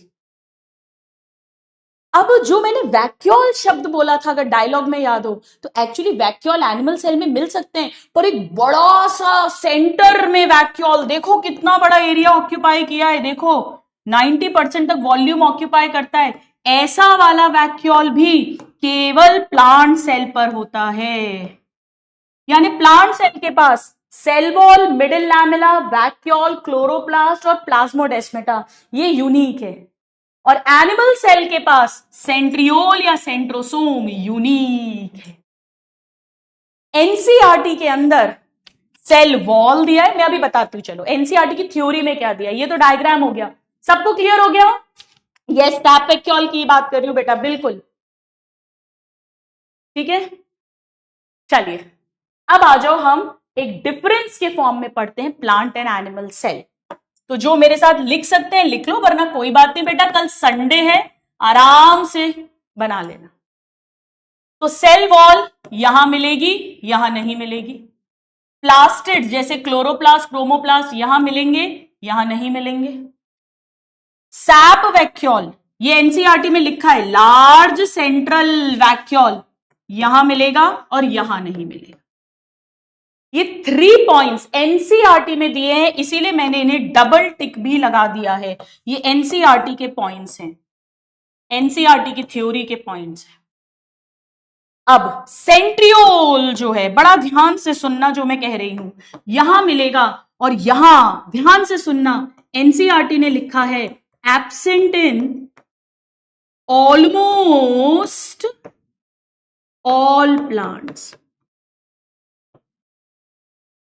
ऑलमोस्ट वर्ड लगाया है, almost, actually it is present in some lower plants. पर आपसे ये नहीं पूछेंगे, आपको मैं ये फोकस करके क्यों पढ़ा रही हूं, क्योंकि ये एनसीईआरटी में दिया है। अगर उन्होंने ऑलमोस्ट वर्ड हटा दिया तो इनकरेक्ट स्टेटमेंट हो जाएगा। बेटा सब पढ़ाऊंगी, सैप वैक्यूल, सेंट्रियोल सब पढ़ाऊंगी, प्लीज अभी मत पूछो क्या चीज क्या होती है, ठीक है। चलिए नाउ, इसके अलावा माइक्रोविले यहां नहीं मिलेंगे, यहां मिलेंगे, और जहां सेल वॉल है वहां पर मिडिल लैमेला और वहां पर प्लाज्मोडेस्माटा भी मिलेंगे। एक डिफरेंस और होता है, आपने प्रीवियस क्लासेस में पढ़ा होगा, अगर 11th क्लास याद हो, बायोमॉलिक्यूल्स जब पढ़ते हैं तो शुगर्स होती हैं स्टार्च और ग्लाइकोजन। पेड़ों में जब खाना बनता है फोटोसिंथेसिस से, ग्लूकोज वो स्टार्च में कन्वर्ट होकर स्टोर होती है, जबकि जानवरों में, हमारे अंदर भी ग्लाइकोजन के फॉर्म में खाना स्टोर होता है। ये भी बहुत हो जाता है, आप खाए जा रहे हो खाए जा रहे हो तो फिर इससे फैट बनता है, मैं आगे सिखाऊंगी। अब पैरोक्सिसोम दोनों में है तो मैंने लिखा नहीं है, उसके अलावा 2 माइक्रोबॉडीज और होती है, अभी रटने की जरूरत नहीं है, ग्लाइऑक्सिसोम और स्फीरोसोम, ये भी कुछ प्लांट्स में मिलती हैं, सम प्लांट्स में, एनिमल्स में ये कभी नहीं मिलती हैं, तो मैं यहां माइनस लिख देती हूं। अब मैं कुछ बहुत इंपॉर्टेंट बता रही हूं, प्लीज मुझे ध्यान से सुनिएगा। तो ये तो बातें हो ही गई, ये 4 पॉइंट्स एनसीईआरटी में है, 1 2 3 4 थ्योरी में, बहुत ध्यान से सुनो। लाइसोसोम मैंने अभी अभी आपसे कहा था कि दोनों में मिलता है, क्योंकि एक्चुअली यहां पर एनसीईआरटी के डायग्राम में बना हुआ है, प्लांट्स के अंदर भी बना है, एनिमल के अंदर भी बना है। पर वैसे बेटा ये पेड़ों में काफी रेयर होता है, रेयर। तो अगर मान लो वो दें कि which of the following is absent in plant cell, और एक ऑप्शन में सेंट्रियोल या सेंट्रोसोम हो, तो वही आंसर होगा। पर मान लो अगर उन्होंने ऑप्शन दिया ER, Golgi apparatus, nucleus and lysosome, तो लाइसोसोम लगा देना, क्योंकि यहां पर रेयर होते हैं, कुछ ही पेड़ों में होते हैं, और यहां तो होते ही होते हैं, सब में होते हैं। तो क्वेश्चन के अकॉर्डिंग, ऑप्शंस के अकॉर्डिंग आपको डिसाइड करना पड़ेगा। मजे आ गए? डन है इतना? आगे बढ़ जाए, आगे बढ़ जाए बेटा, चलो आओ। तो अब मैं आपको एक यूकैरियोटिक सेल का 3D डायग्राम दिखाती हूं, यूकैरियोटिक सेल का। ये मैंने सारा बता दिया और इसके असर्शन रीजंस भी मैंने मार्क करा दिए हैं। ये देखो, एक तो ये हो जाएगा एक्सटेंसिव कंपार्टमेंटलाइजेशन, क्योंकि मेम्ब्रेन बाउंड ऑर्गेनेल है। दूसरा ऑर्गेनाइज्ड न्यूक्लियस, क्योंकि न्यूक्लियर एनवेलप है। और तीसरा दे आर नॉट आइडेंटिकल, क्यों? क्योंकि इनमें डिफरेंस है। प्लीज अपनी एनसीईआरटी ओपन करो, ये तीनों असर्शन रीजन मार्क करो। मैं इस साल आपको एनसीईआरटी में जहां जहां पर वो फर्स्ट आंसर हो सकता है उसे मार्क कराऊंगी, जहां जहां पर फर्स्ट आंसर हो सकता है। Reason is the correct explanation of assertion. तो ये दो तो हमने अभी अभी कर ही लिए थे, ये दो ये भी करो। ये भी असर्शन रीजन हो गया कि all are not identical, plant animal cells are different, that is why we can say that they are not identical. जल्दी से लिख लीजिए। ग्राम स्टेनिंग पढ़ाऊंगी, आगे पढ़ाऊंगी, डोंट वरी, आगे पढ़ाऊंगी। इतना मार्क हो गया। चलो आओ, ये क्वेश्चन अपन सॉल्व करते हैं। चलिए करिए ट्राई, बहुत इजी है आपके लिए, 5 सेकंड का काम है, करिए ट्राई। मजे आ रहे हैं? पोल लगा दिया बेटा सारे क्वेश्चंस में। एक्सटेंसिव कंपार्टमेंटलाइजेशन है साइटोप्लाज्म का इन यूकैरियोट्स, ट्रू ट्रू, ये आंसर नहीं हो सकता।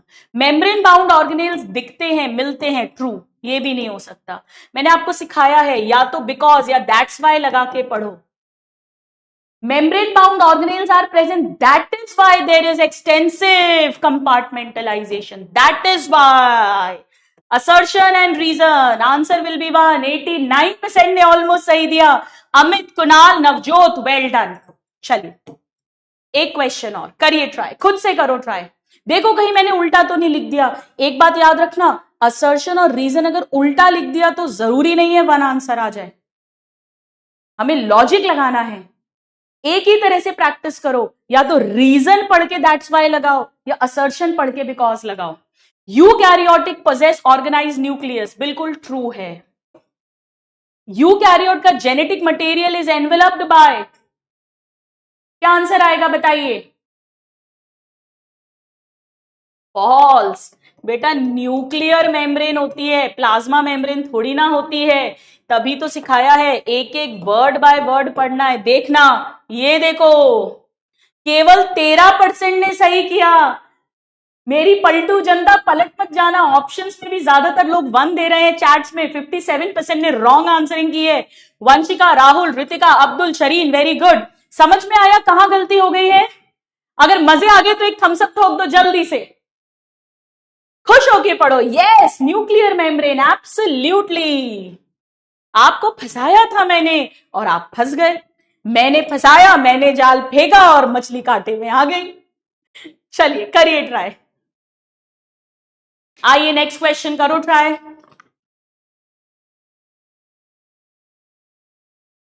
कहीं से भी पढ़ लो बेटा, लेजेंड से पढ़ लो, अल्फा से पढ़ लो, सब बढ़िया है, कहीं से भी पढ़ लो। जिनसे फ्रीक्वेंसी मैच करे, जिनसे पढ़ने का थोड़ा एक्स्ट्रा मन करे वहां पढ़ लो।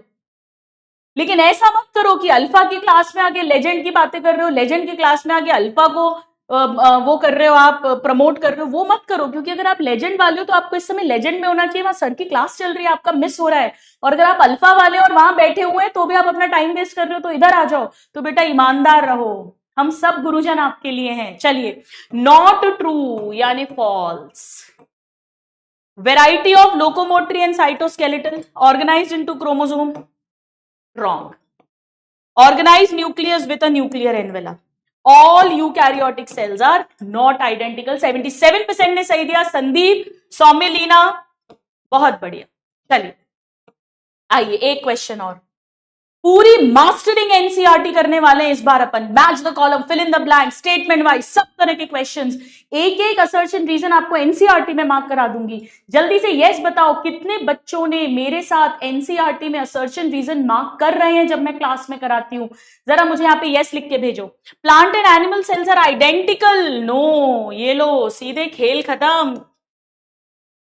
फॉर्मर पोजेसेस सेंट्रियोल, नहीं बेटा, सेंट्रियोल तो लेटर के पास है, एनिमल के पास है, and absent in plant cell है। ये सब उल्टा सीधा लिखा हुआ है, ये सब उल्टा सीधा मैंने ही लिखा है, बैठ के आपके लिए क्वेश्चन बनाया है। 58% ने बिल्कुल सही दिया। करण, वंशिका, आदित्य, गरिमा, बहुत बढ़िया, बहुत बढ़िया। चलिए अब आइए मैं आपको एक 3D डायग्राम दिखाती हूं यूकैरियोटिक सेल का। सॉरी, ये वाला नहीं, रुकिए।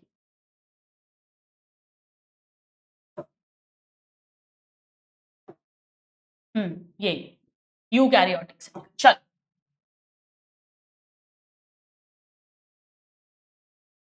मैं लाइट्स ऑफ कर देती हूं,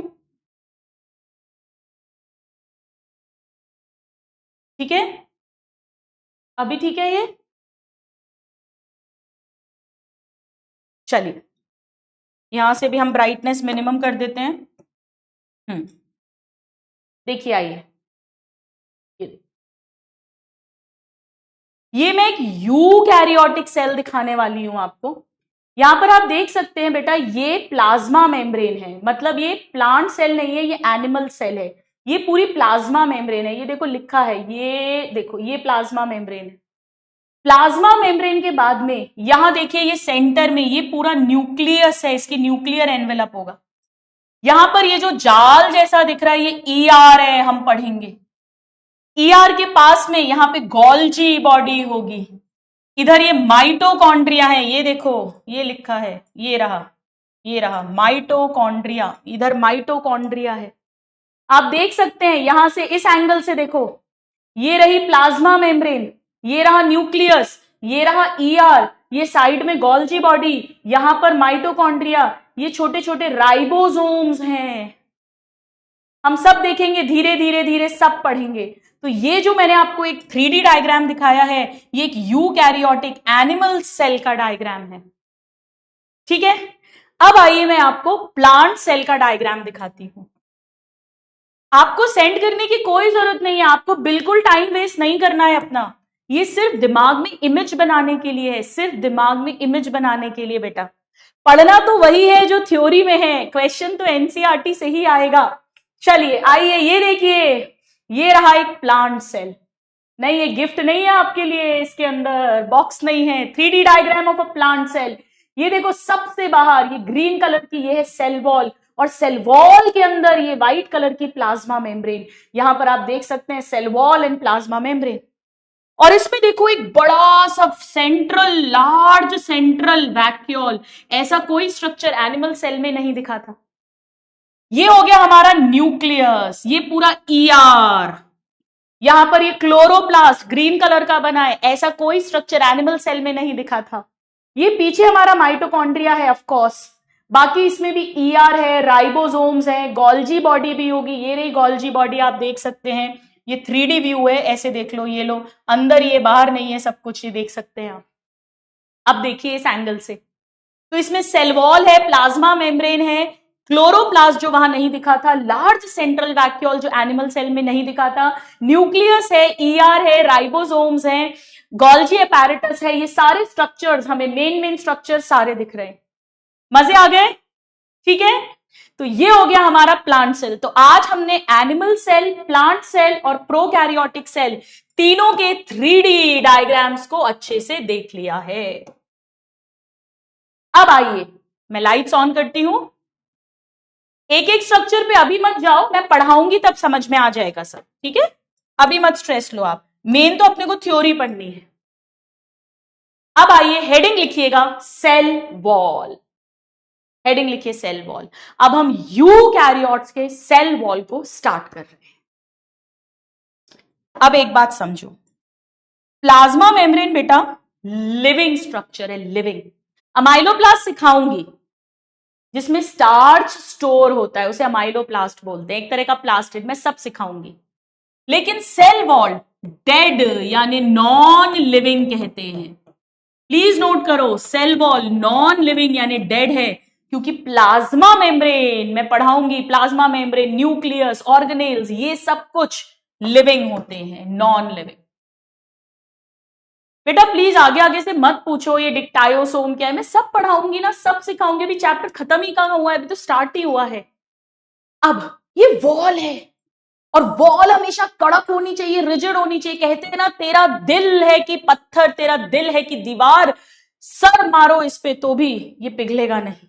यानी ये भी है कड़क, रिजिड। एनसीईआरटी के वर्ड्स है, एनसीईआरटी की लाइंस हैं। तो ये रिजिड है क्योंकि वॉल है और नॉन लिविंग है। अब ये क्या है भाई? देखो, हर सेल में प्लाज्मा मेम्ब्रेन तो होगी ही होगी। अगर सेल वॉल प्रेजेंट है, if cell wall present, it will be outside the plasma membrane. तो इसे कह सकते हो कि it forms outer covering of plasma membrane. यानी जो प्लाज्मा मेम्ब्रेन है उसके आउटर, बाहर होगी, in it forms outer covering of plasma membrane in. देखो, एक कहां मिलती है ये इन? एक तो ये मिलती है प्रोकैरियोट्स में, हमने पढ़ा था, एक्सेप्ट माइकोप्लाज्मा, ऑफ कोर्स वो हमने बात की थी, माइकोप्लाज्मा में एब्सेंट होती है। लिख ले एक बार, एक्सेप्ट माइकोप्लाज्मा या पीपीएलओ। उसके बाद ये सारे फंजाई में मिलती है, ये सारे प्लांट्स में मिलती है, और ये कुछ सम प्रोटिस्ट में मिलती है, सम प्रोटिस्ट। बेटा फिर से सुनो, 5 किंगडम होते हैं, तो मोनेरा किंगडम यानी प्रोकैरियोट्स में मिलती है एक्सेप्ट माइकोप्लाज्मा, फिर फंजाई किंगडम में पूरे में मिलेगी, प्लांट किंगडम में पूरे में मिलेगी, एनिमल किंगडम में पूरे में एब्सेंट होगी, प्रोटिस्टा किंगडम में कुछ में मिलती है, कुछ में नहीं मिलती। जैसे मैं आगे पढ़ाऊंगी, अगर आपने पढ़ा हो डाइनोफ्लैजिलेट्स, डायएटम्स, इनमें मिलेगी, प्रोटोजोआ, यूग्लिनॉइड, उनमें नहीं मिलेगी। अगर नहीं पढ़ा तो मैं आगे पढ़ाऊंगी, अभी छोड़ दो। एनसीईआरटी में यहां पर ये 2 लिखा हुआ है, वो इसलिए लिखा हुआ है क्योंकि ये यूकैरियोटिक सेल की बात कर रहे थे, वरना ऑफकोर्स ये तीनों में और कुछ प्रोटिस्ट में भी मिलती है। ठीक है, अब आइए देखते हैं आखिर सेल वॉल किस केमिकल की बनी है, किस मटेरियल की बनी है, यानी composition of cell wall. Please heading लिखिए, कॉम्पोजिशन ऑफ सेल वॉल। चलो, सबसे पहले प्रोकैरियोट्स की बात करते हैं। हम ऑलरेडी पढ़ चुके हैं, बताओ प्रोकैरियोट्स में किसकी बनी होगी? बहुत बार पढ़ लिया है अब हमने, पेप्टाइडोग्लाइकन, जिसे म्यूरिन भी कहा था, याद है आपको? यानी अमीनो एसिड प्लस शुगर। मैं बार बार पूरा डिटेल नहीं लिखूंगी। चलिए, अब इसके बाद फंजाई में किसकी बनी होगी? अब बड़ा ध्यान से सुनो जो मैं कह रही हूं। फंजाई में काइटिन लिखा रहता है, काइटिन। स्टूडेंट्स, बायोमॉलिक्यूल्स में आपको पढ़ाएंगे, ये सब शुगर्स हैं, मतलब सब कार्बोहाइड्रेट्स हैं, बड़े बड़े पॉलीसैकेराइड हैं। ये नाग, एन एसिटाइल ग्लूकोज अमीन का पॉलीमर होता है। बेटा नाग का फुल फॉर्म कोई नहीं पूछेगा, मैं लास्ट क्लास में पढ़ा चुकी हूं, मेरे से पूछना मत, गुस्सा हो जाऊंगी नहीं तो मैं गुस्सा तो कभी नहीं होंगी। इतना यहां दिया है, पर ये बायोलॉजिकल क्लासिफिकेशन में ऐसा लिखा है। अगर कोई चीज 2 जगह अलग अलग है तो मैं एक साथ बताती हूं। बेटा ये बायोलॉजिकल क्लासिफिकेशन चैप्टर में लिखा हुआ है, चैप्टर के अंदर। मुझे फुल कंसंट्रेशन से सुनिएगा। काइटिन भी एक पॉलीसेकेराइड ही है, पर काइटिन के अलावा और भी पॉलीसेकेराइड है। तो एनसीईआरटी के बायोलॉजिकल क्लासिफिकेशन चैप्टर में लिखा है कि fungal cell wall is made up of chitin and polysaccharides, तो हमें ये आना चाहिए। अब हम आते हैं प्लांट्स पे। अब देखो, प्लांट्स के अंदर एल्गी भी आते हैं, एल्गी, और प्लांट्स के अंदर ब्रायोफाइट, टेरिडोफाइट, जिम्नोस्पर्म, एंजियोस्पर्म्स भी आते हैं। तो एल्गी की हल्की सी डिफरेंट केमिकल्स होते हैं, क्योंकि एल्गी काफी लोअर ऑर्गेनिज्म है, लोअर प्लांट्स हैं, तो 2 अलग कैटेगरी एनसीईआरटी ने बना दी है। जैसे एल्गी के अंदर भी सेल्यूलोज मेन होगा क्योंकि वो प्लांट है, और प्लांट्स के अंदर भी सेल्यूलोज मेन होगा। सेल्यूलोज तो होगा क्योंकि दोनों ही प्लांट किंगडम के अंदर आते हैं, लेकिन एल्गी में इसके अलावा galactans, mannans and minerals like calcium carbonate, बेटा क्या है ये गैलेक्टन्स मैनन्स? बायोमोलिक्यूल में पढ़ोगे, गैलेक्टोज, मैनोज, ये सब शुगर्स हैं, उन्हीं के केमिकल्स हैं। तो सेल्यूलोज तो है ही, पर गैलेक्टन्स, मैनन्स और कुछ चूने, ये कैल्शियम कार्बोनेट जैसे मिनरल्स, ये भी एल्गी की सेल वॉल में पाए जाते हैं। नाउ यहां पर भी सेल्यूलोज तो है ही, इसके साथ साथ हेमी सेल्यूलोज। बेटा ये सब कार्बोहाइड्रेट्स है, सब कार्बोहाइड्रेट्स है, सब शुगर्स हैं, इतना समझ लो। पेक्टिन ये भी शुगर है। अब जो स्टूडेंट्स को याद नहीं रहता, जरा मुझे चैट बॉक्स में मी लिखकर भेजो, ME मी। अगर आपको ये याद नहीं आ रहा, प्रोटीन्स ये भूल जाते हैं बच्चे, ये भूल जाते हैं, ये तो याद रह जाता है हेमीसेल्यूलोज, पेक्टिन, क्योंकि ये सब कुछ कार्बोहाइड्रेट है, ये भूल जाते हैं प्रोटीन्स। मैं एक्चुअली बताऊंगी सेल वॉल में क्या होता है। ईंटे, जैसे अपन घर की दीवार वॉल बनाते हैं, उसमें ईंटें होती हैं, ब्रिक्स, और बीच बीच में मसाला भरते हैं, सीमेंट भरते हैं। तो एक्चुअली ये तो ब्रिक्स होती हैं, ब्रिक्स मतलब माइक्रोफाइब्रिल्स इसके बनते हैं, और जो बीच बीच में मसाला भरते हैं, मैट्रिक्स इसका बनता है। ये नहीं भी याद रहेगा ना चलेगा, पर ये चारों आने चाहिए, cellulose, hemicellulose, pectin and proteins. ये देखो कितने सारे मी आए मेरे, कितने ईमानदार भोले भाले नादान परिंदे हैं, क्या बात है। जी हाँ स्टूडेंट्स, यही तो मेरा काम है कि एनसीईआरटी की एक एक लाइन, एक एक शब्द आपको खोल के दूं। जब वो लिखेंगे विच of the following is correct या इनकरेक्ट, और मान लो उन्होंने ये लाइन लिखी, आपको लगेगा कि यार प्लांट की सेल वॉल, प्लांट के अंदर प्रोटीन कहां से आएगा, उसमें तो कार्बोहाइड्रेट होता है, और आप उसे फॉल्स समझ लोगे। एनसीईआरटी की लाइन है, एनसीईआरटी की लाइन से। चलिए अब आइए हम सेल वॉल का फंक्शन देखते हैं। So what are the functions of cell wall? Functions of cell wall, अब फंक्शंस क्या होंगे? वही जो दीवार के होते हैं, हमने बैक्टीरिया में भी पढ़ा था। एक तो ये शेप देगा, तो प्रोवाइड शेप टू सेल। भाई वॉल, दीवार अपने घर की जिस शेप की होगी, घर का शेप भी वैसे ही हो जाता है। दूसरा, ये रक्षा करता है, सपोर्ट देता है, यानी protect from mechanical damage. Mechanical damage मतलब तोड़ फोड़ हो गई, एंड कोई इंफेक्शंस वगैरह अगर होंगे, बैक्टीरिया वगैरह अंदर घुस नहीं पाएंगे इस दीवार के कारण, तो प्रोटेक्ट करेगा।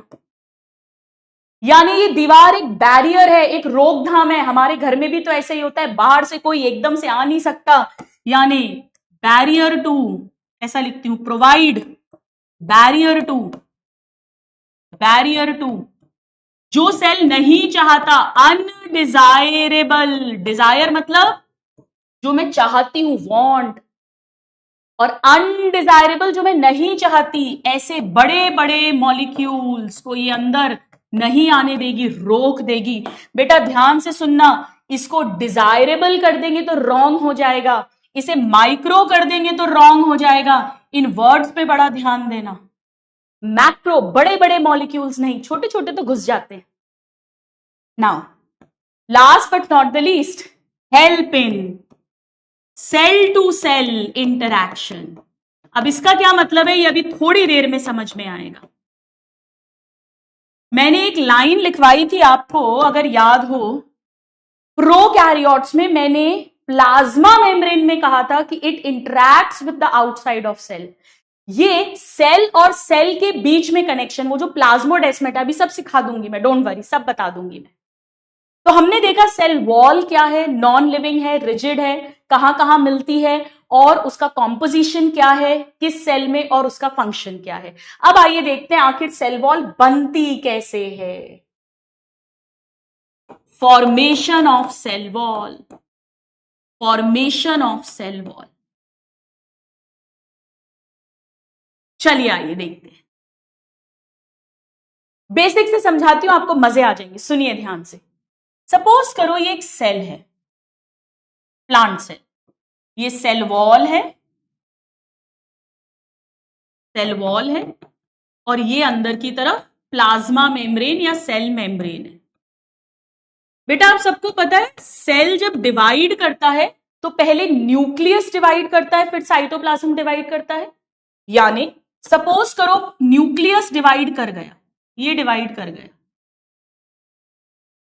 यानी फ्यूचर में ये 1 सेल से 2 सेल्स बनने हैं।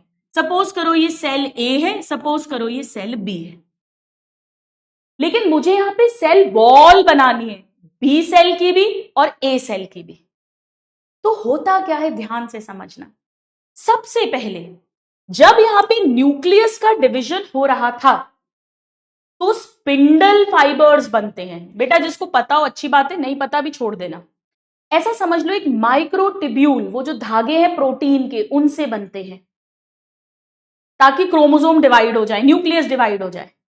उसके कुछ अवशेष टुकड़े यहां आ जाते हैं सेंटर में, इन्हें कहते हैं फ्रैगमोप्लास्ट। फ्रैगमोप्लास्ट ये क्या है, ये फ्रैगमेंट्स हैं, यानी टुकड़े हैं, रेमिनेंट्स, अवशेष, बचे कुचे, किसके, स्पिंडल फाइबर्स के। या कहो स्पिंडल फाइबर्स किसका बना है, माइक्रोट्यूब्यूल, ये ट्यूब्यूलिन प्रोटीन के धागे होते हैं, ऐसा समझ लो आप। अभी ये सेंटर में आ जाते हैं।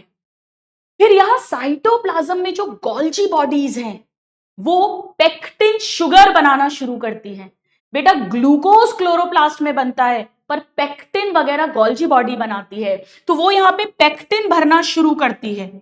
और जब इसमें पेक्टिन भरना शुरू करती है तो पूरी एक ऐसी लेयर बन जाती है, प्योर पेक्टिन। इसमें पेक्टिन आ गया सब जगह, पेक्टिन ही पेक्टिन है। अब हम इसे कहते हैं सेल प्लेट, इसे कहते हैं सेल प्लेट। ये सब एनसीईआरटी में नहीं है, ये आगे आएगा cell cycle and cell division में। सेल प्लेट क्या है, प्योर पेक्टिन की बनी हुई है। पेक्टिन एक शुगर है, शुगर एक कार्बोहाइड्रेट है।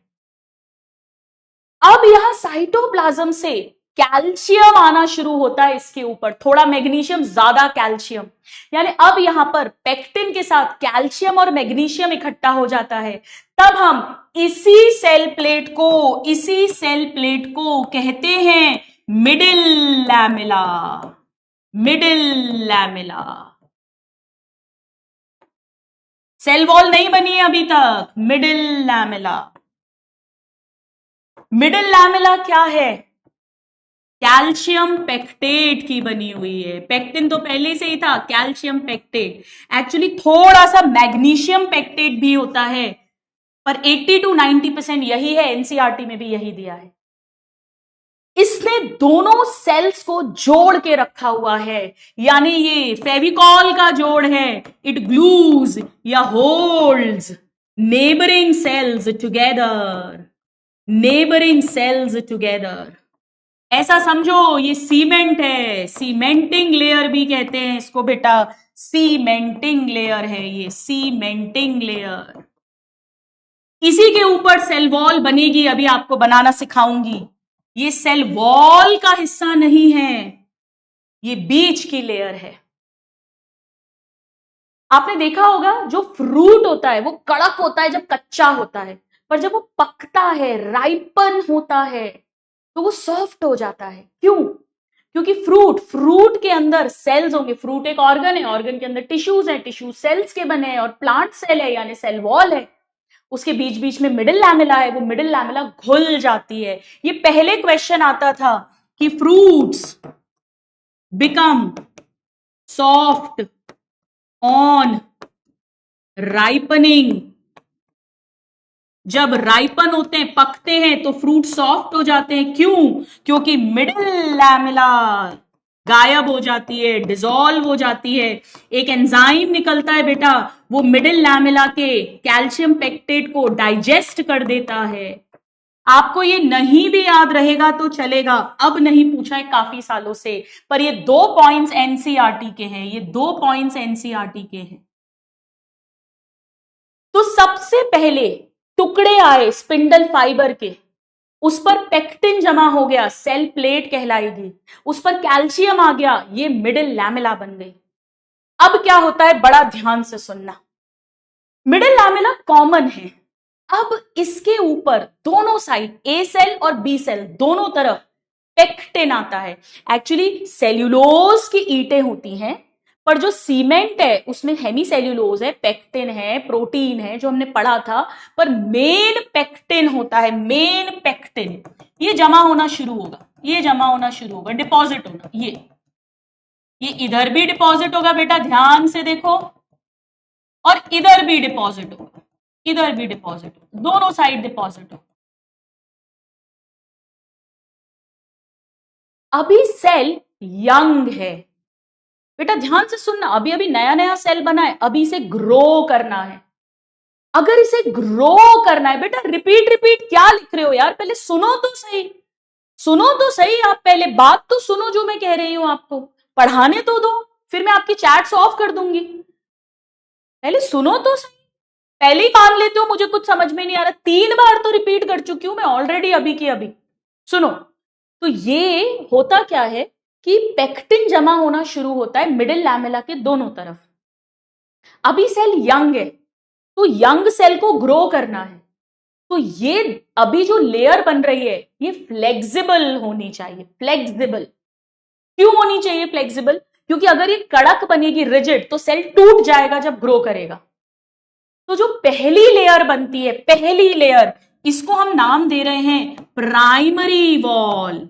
सेल वॉल की पहली लेयर यानी प्राइमरी वॉल किसके ऊपर बन रही है? ये मिडिल लैमेला के ऊपर, लेड अपॉन मिडिल लैमेला। अभी से हार मत मानो, अभी सब रिवाइज करा दूंगी, दोबारा बोल दूंगी, चुपचाप अभी लिखते रहो, सुनते रहो, एक बार तो सुनो। चल, लेड अपॉन मिडिल लैमेला ये कब बनी है? जब सेल यंग है, व्हेन सेल इज यंग।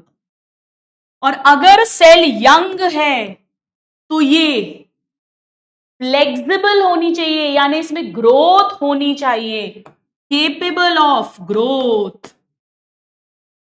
क्यों है ये ग्रोथ के लिए केपेबल? क्योंकि ये सॉफ्ट लेयर है, फ्लेक्सिबल लेयर है। और क्यों है ये फ्लेक्सिबल? क्योंकि इसमें पेक्टिन शुगर ज्यादा होती है, पेक्टिन काफी सॉफ्ट शुगर होती है।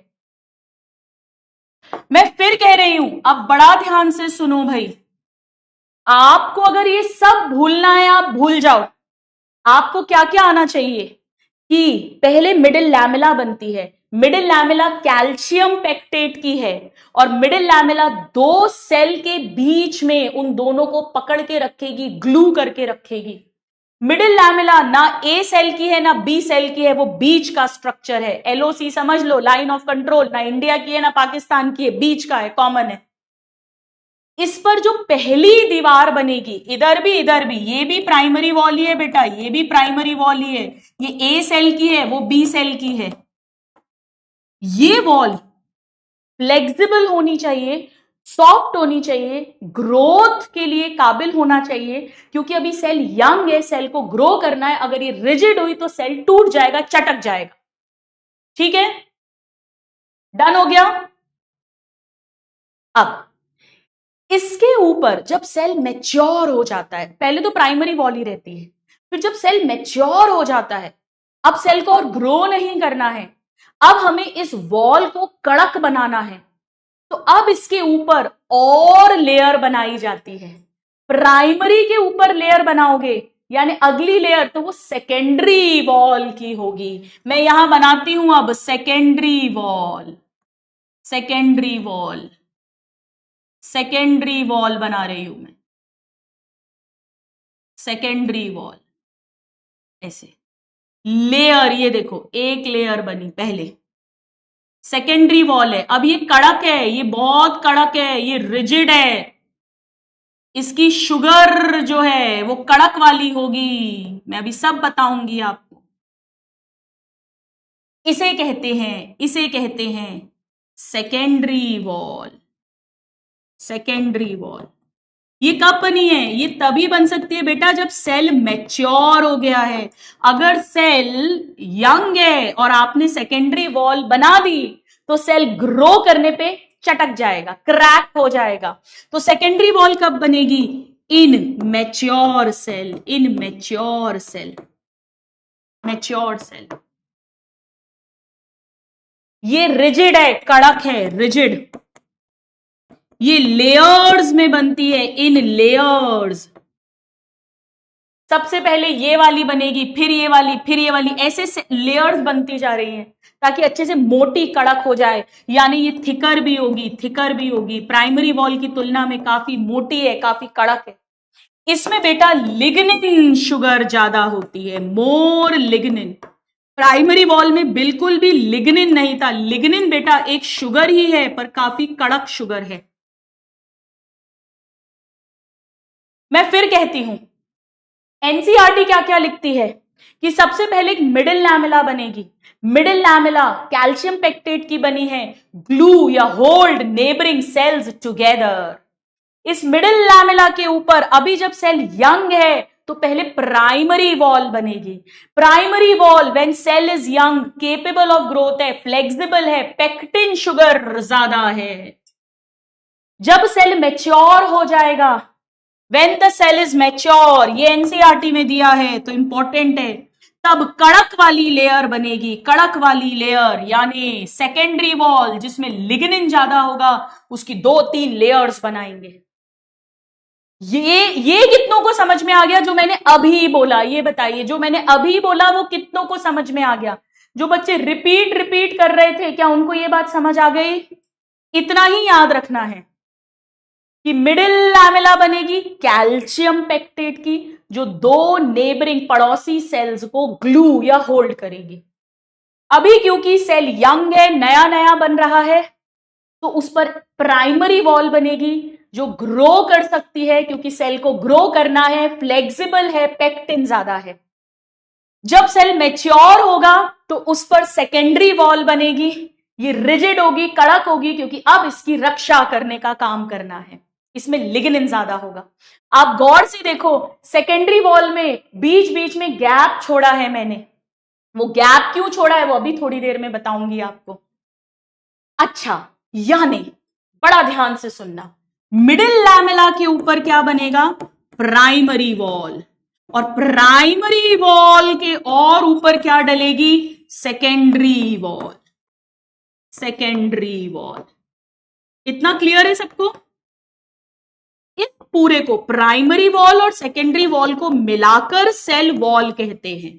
सेल वॉल, पहले प्राइमरी वॉल और सेकेंडरी वॉल को मिलाकर सेल वॉल कहते हैं। मुझे एक बात बताओ कि जो प्लाज्मा मेम्ब्रेन है, क्या वो सेकेंडरी वॉल के और अंदर मिलेगी? देखो, आओ दिखाती हूं आपको।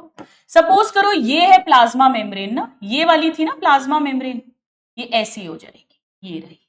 ऐसे ही इस बी सेल की ये है प्लाज्मा मेम्ब्रेन, होना ही चाहिए ना भाई। ये प्लाज्मा मेम्ब्रेन हो गई, फिर ये सेल वॉल हो गई इसकी, फिर मिडिल लैमेला तो कॉमन है, इधर भी इसकी प्लाज्मा मेम्ब्रेन और इसकी सेल वॉल। आए समझ में आया? यानी सेकेंडरी वॉल के और अंदर की तरफ फिर प्लाज्मा मेम्ब्रेन आ जाती है, प्लाज्मा मेम्ब्रेन। चलो आप इससे कंफ्यूज हो गए, इसको हटा देती हूं मैं। यानी ध्यान से सुनो बेटा, बड़ा ध्यान से, जब हम बाहर से अंदर देखेंगे, कोई भी सेल है, आउटर टू इनर, बाहर से अंदर अगर मैं देखूं, मैं सेल के बाहर से देखना शुरू करूं, तो सबसे पहले उस सेल की मिडिल लैमेला दिखेगी जो कॉमन है, फिर और अंदर की तरफ प्राइमरी वॉल दिखेगी, फिर और अंदर की तरफ सेकेंडरी वॉल दिखेगी, फिर और अंदर की तरफ प्लाज्मा मेम्ब्रेन दिखेगी, फिर इसके अंदर साइटोप्लाज्म आ जाएगा सारे ऑर्गेनेल्स के साथ। यानी इन सब में से ये सबसे अंदर है, इनर मोस्ट, इन चारों में से, और ये सबसे बाहर है, आउटर मोस्ट। इतना तो क्लियर है सबको? इतना तो क्लियर है? यानी मैं क्या कह सकती हूं, बड़ा ध्यान से सुनो, कि जैसे जैसे सेल मैच्योर करेगा, एज सेल मैच्योर्स, बेटा सेकेंडरी वॉल बनती जा रही है मोटी, तो कंपैरिजन में तुलनात्मक प्राइमरी वॉल पतली होती जाएगी। So as cell matures, primary wall diminishes, ये गायब नहीं हो रही है, पर क्योंकि सेकेंडरी वॉल मोटी होती जा रही है, तो प्राइमरी वॉल ऐसा लगेगा कि बिल्कुल पतली हो गई है, and secondary wall is formed.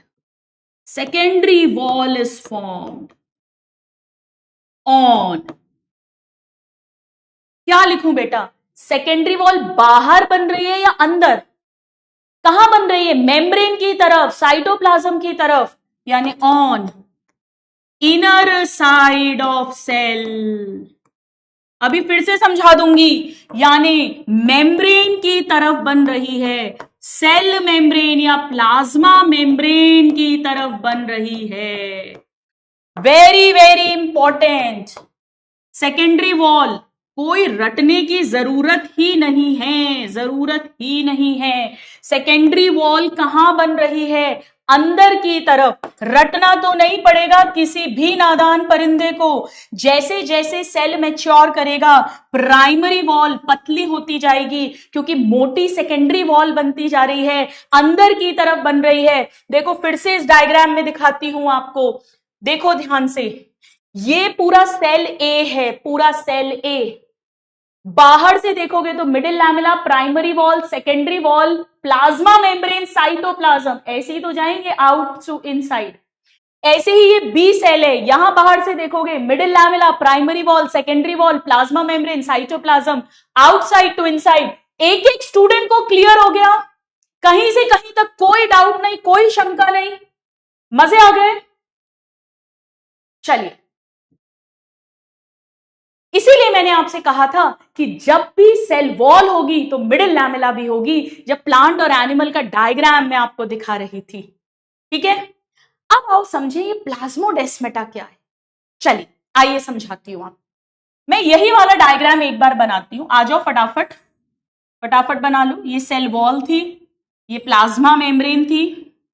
ठीक है, इधर ये सपोज पूरी मिडिल लैमेला बन गई, ये मिडिल लैमेला हो गई दोनों की कॉमन. ये प्राइमरी वॉल हो गई बेटा, अभी तो दिख रही है, जब सेल यंग है फिर थोड़ी पतली दिखेगी.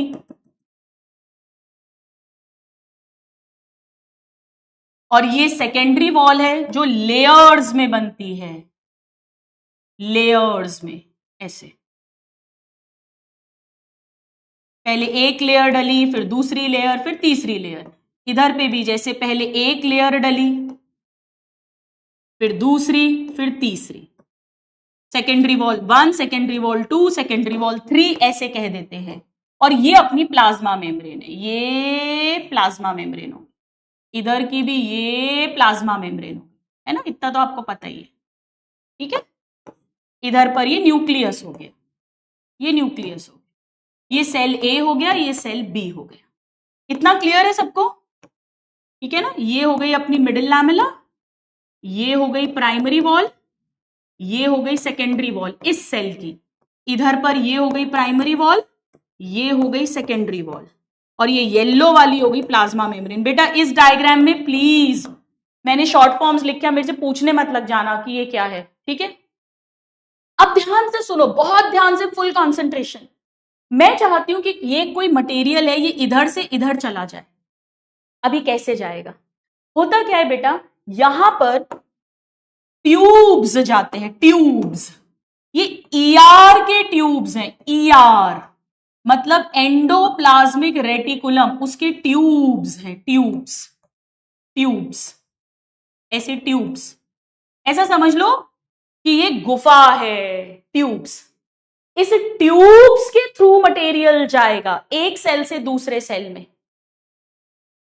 इस एक एक ट्यूब को कहते हैं एंडोप्लाज्मिक रेटिकुलम का ट्यूब है. ये एंडोप्लाज्मिक रेटिकुलम टिब्यूल, इसे कहते हैं डेस्मोटिब्यूल. इसको नाम देते हैं डेस्मोटिब्यूल. हालांकि ये एनसीईआरटी में नहीं लिखा है, पर आपको इतना आना चाहिए कि ये है क्या, ये ईआर के ट्यूब हैं, ईआर के ट्यूब. ये इस साइटोप्लाज्म से इस सेल के साइटोप्लाज्म में मटेरियल लेकर जाएंगे, यानी कि ये connects cytoplasm of connects cytoplasm of neighbouring cells, जो बगल बगल वाले सेल्स हैं, नेबरिंग सेल्स, यानी एक तरह से बेटा ये पुल है, इसे साइटोप्लाज्मिक ब्रिज भी बोलते हैं, ब्रिज या कनेक्शन। एनसीईआरटी में ये वाली लाइन दी हुई है, ये वाली, connects cytoplasm of neighbouring cell, ये एनसीईआरटी में दी हुई है। इस पूरे एरिया को, एक एक ट्यूब को तो ईआर का टिब्यूल यानी डेस्मोटिब्यूल कहते हैं, पर पूरे को प्लाज्मोडेस्मेटा कहते हैं। अब बड़ा ध्यान से सुनो एक बात, मैंने सेकेंडरी वॉल में गैप क्यों बनाया था, देखो सुनो, प्राइमरी वॉल में मेनली पेक्टिन है, मिडिल लैमेला भी कैल्शियम पेक्टेट यानी पेक्टिन है, और पेक्टिन सॉफ्ट शुगर होती है, तो उसके आर पार ये टिब्यूल उसे क्रॉस कर लेता है। लेकिन सेकेंडरी वॉल लिग्निन कड़क है, वहां जाकर ये धम करके टकरा जाएगा, इसीलिए सेकेंडरी वॉल में गैप्स बनाए थे। आया समझ में? यानी हम कह सकते हैं कि सेल वॉल, या ऐसा लिखती हूं, cell wall, primary wall and secondary wall मिलाकर बोलते हैं cell wall, and middle lamella, इन सब को क्रॉस करके जाएगा, यानी they are traversed by plasmodesmata. NCERT की लाइन है बेटा, ट्रैवर्स्ड मतलब क्रॉस करना, क्रॉस करके जाना, क्रॉस करके जाना। तो plasmodesmata secondary wall, primary wall and middle lamella सबको क्रॉस करेगा, एक सेल से दूसरे सेल में मटेरियल को पहुंचाएगा, दोनों साइटोप्लाज्म को कनेक्ट करेगा। क्या अच्छे से समझ में आ गया आपको? इसीलिए जहां सेल वॉल है वहां मिडिल लैमेला और प्लाज्मोडेस्मेटा मैंने तीनों लिखवाए थे आपको जब मैंने प्लांट सेल लिखवाया था। मैं देखो फिर से बताती हूं, ध्यान से सुनो, जब मुझे कोई मटेरियल यहां से यहां पहुंचाना है तो पहले ये जो प्लाज्मोडेस्मेटा है ए सेल की सेकेंडरी वॉल क्रॉस करेगा, फिर ए सेल की प्राइमरी वॉल, फिर मिडिल लैमेला, फिर बी सेल की प्राइमरी वॉल, बी सेल की सेकेंडरी वॉल, फिर बी सेल की प्लाज्मा मेम्ब्रेन, फिर जाके साइटोप्लाज्म में आएगा। डन है? देखो मैं आपको 3D डायग्राम में प्लाज्मोडेस्मेटा भी दिखाती हूं, मैं आपको 3D डायग्राम में प्लाज्मोडेस्मेटा बताती हूं।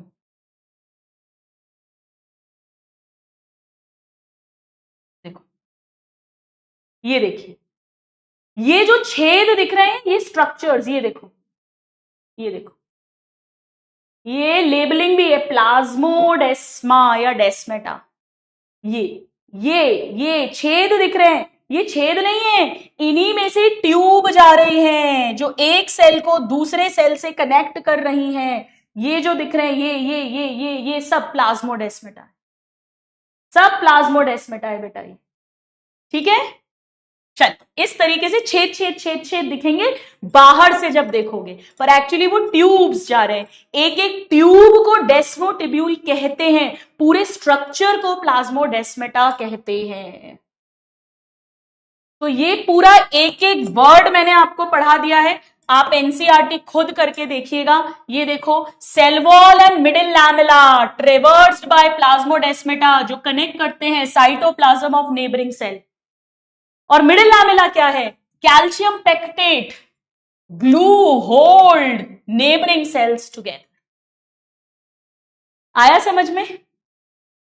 चलिए आइए कुछ क्वेश्चंस कर लेते हैं फटाफट से, पहले कुछ क्वेश्चंस करते हैं, करिए ट्राई, करिए ट्राई। अभी टाइम है क्लास खत्म होने में भाई, 12:45 पर क्लास कंप्लीट होती है। जितना पढ़ाया एनसीईआरटी में क्या दिया है, मार्किंग्स करिए, उतना समझ में आ गया है बेटा। अगर कोई चीज समझ नहीं आया करे ना तो एकदम से घबराया मत करो, परेशान मत हो जाया करो, डॉक्टर्स बनने वाले हो। लेक्चर दोबारा सुनो, 1.5 1.6 1.7 की स्पीड पे दोबारा सुनो, आएगा समझ, कैसे नहीं आएगा समझ। और कुछ चीजें जो रिलेटेड है वो मैं आगे समझाऊंगी, मैं आपको बताती हूं। तो दे में भी ट्रैवर्स बाय, इसमें कौन सी बड़ी तोप है, ये तो आप लोगों ने यूं ही आंसर दे दिया, 89% ने सही दिया। मान्या, कुणाल, तुहीन, वेरी गुड। चलो इस क्वेश्चन को करो, ट्राई करो। यहां थोड़ी सी पुरानी नॉलेज लगेगी, या अगर आपने मुझे क्लास में ध्यान से सुना है तो नॉलेज लगेगी। कितनों में सेल वॉल है? मीजोफिल पत्तियों में होता है, प्लांट का सेल है, प्लांट सेल, इसमें तो मिलेगी।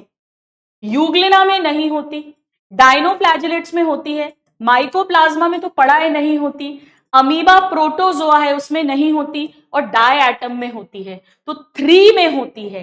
ये क्वेश्चन अभी नहीं भी आएगा तो चलेगा, ये क्वेश्चन नहीं भी आएगा बेटा तो चलेगा, मुझे कोई प्रॉब्लम नहीं है, ठीक है, कोई प्रॉब्लम नहीं है। 34%, कोई बात नहीं, चलेगा, कोई बात नहीं, छोड़ दो, भूल जाओ, आप तो ये करो, ये करो। मास्टरिंग एनसीईआरटी का क्वेश्चन करिए, एनसीईआरटी मास्टर का क्वेश्चन है ये, लाइन ऑफ एनसीईआरटी, इसे ट्राई करो। सेकेंडरी वॉल ग्रो नहीं करेगी, कड़क है, प्राइमरी वॉल ग्रो करेगी। Primary wall is capable of growth which diminishes, जैसे जैसे सेल मैच्योर होगा मोटी सेकेंडरी वॉल बनती जाएगी और प्राइमरी वॉल पतली होती जाएगी, डिमिनिश होती जाएगी। एनसीईआरटी की लाइन है, 57% ने करेक्ट कहा है। संदीप, पटेल प्रेम, नवजोत, वेरी गुड। चल इसे ट्राई करो, एक क्वेश्चन और करिए ट्राई। मास्टरिंग एनसीईआरटी करिए ट्राई।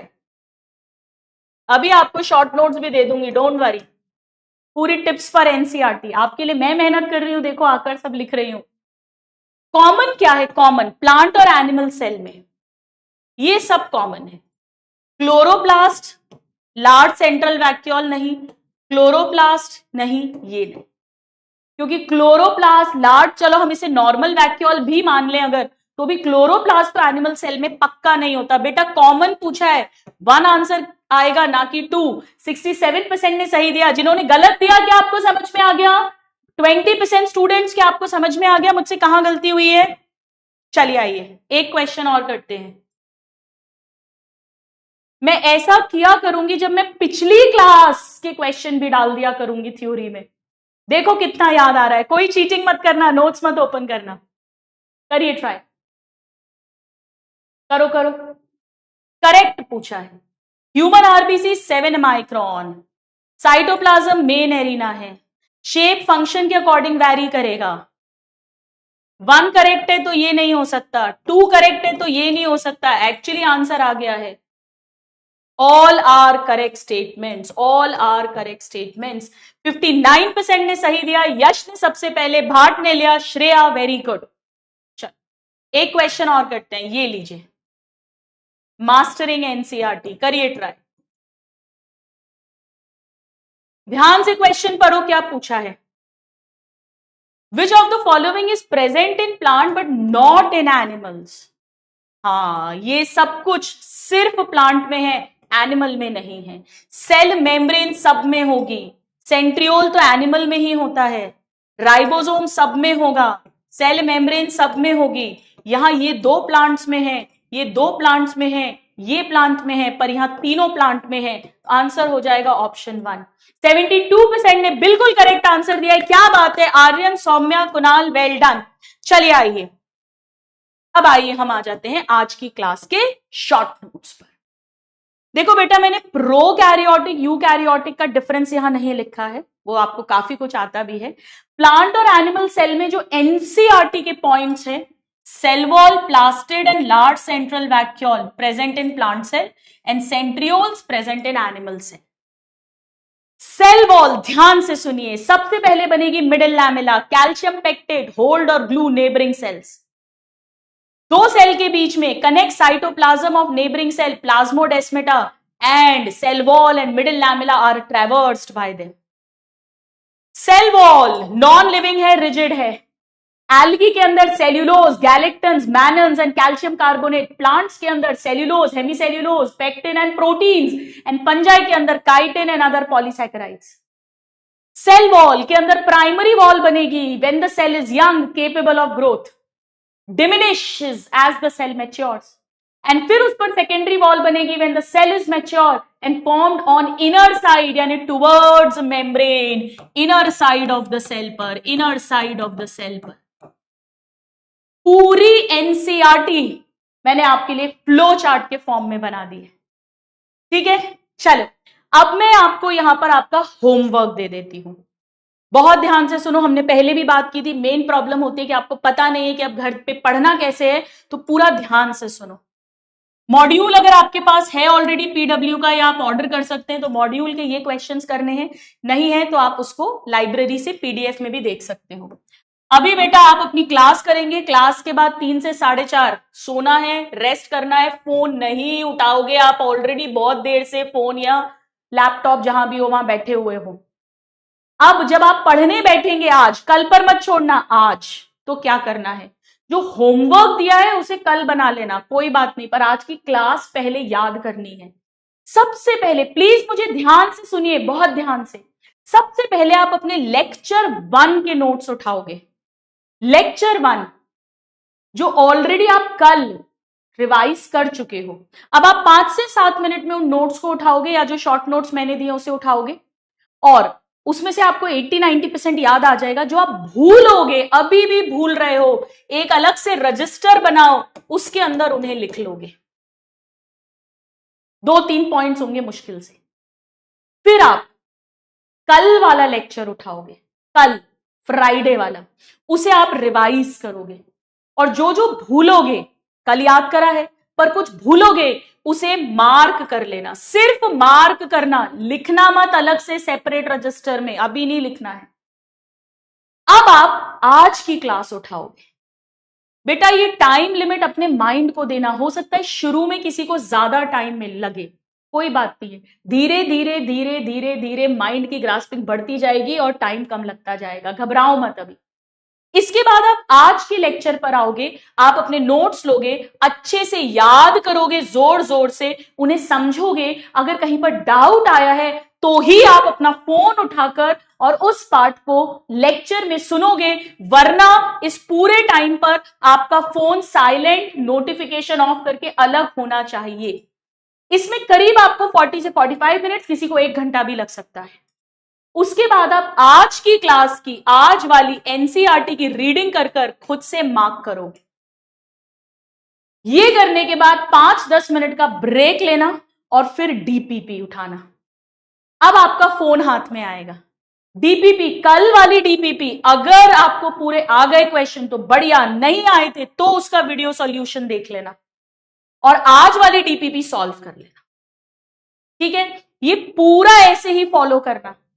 अब कल संडे को क्या करना है, जिसका कंप्लीट लेक्चर्स हैं उसे तीनों लेक्चर रिवाइज करने हैं, या अगर आपके 2 लेक्चर का बैकलॉग है तो अपना बैकलॉग क्लियर करना भाई, संडे को एक्स्ट्रा मस्ती मत मारना।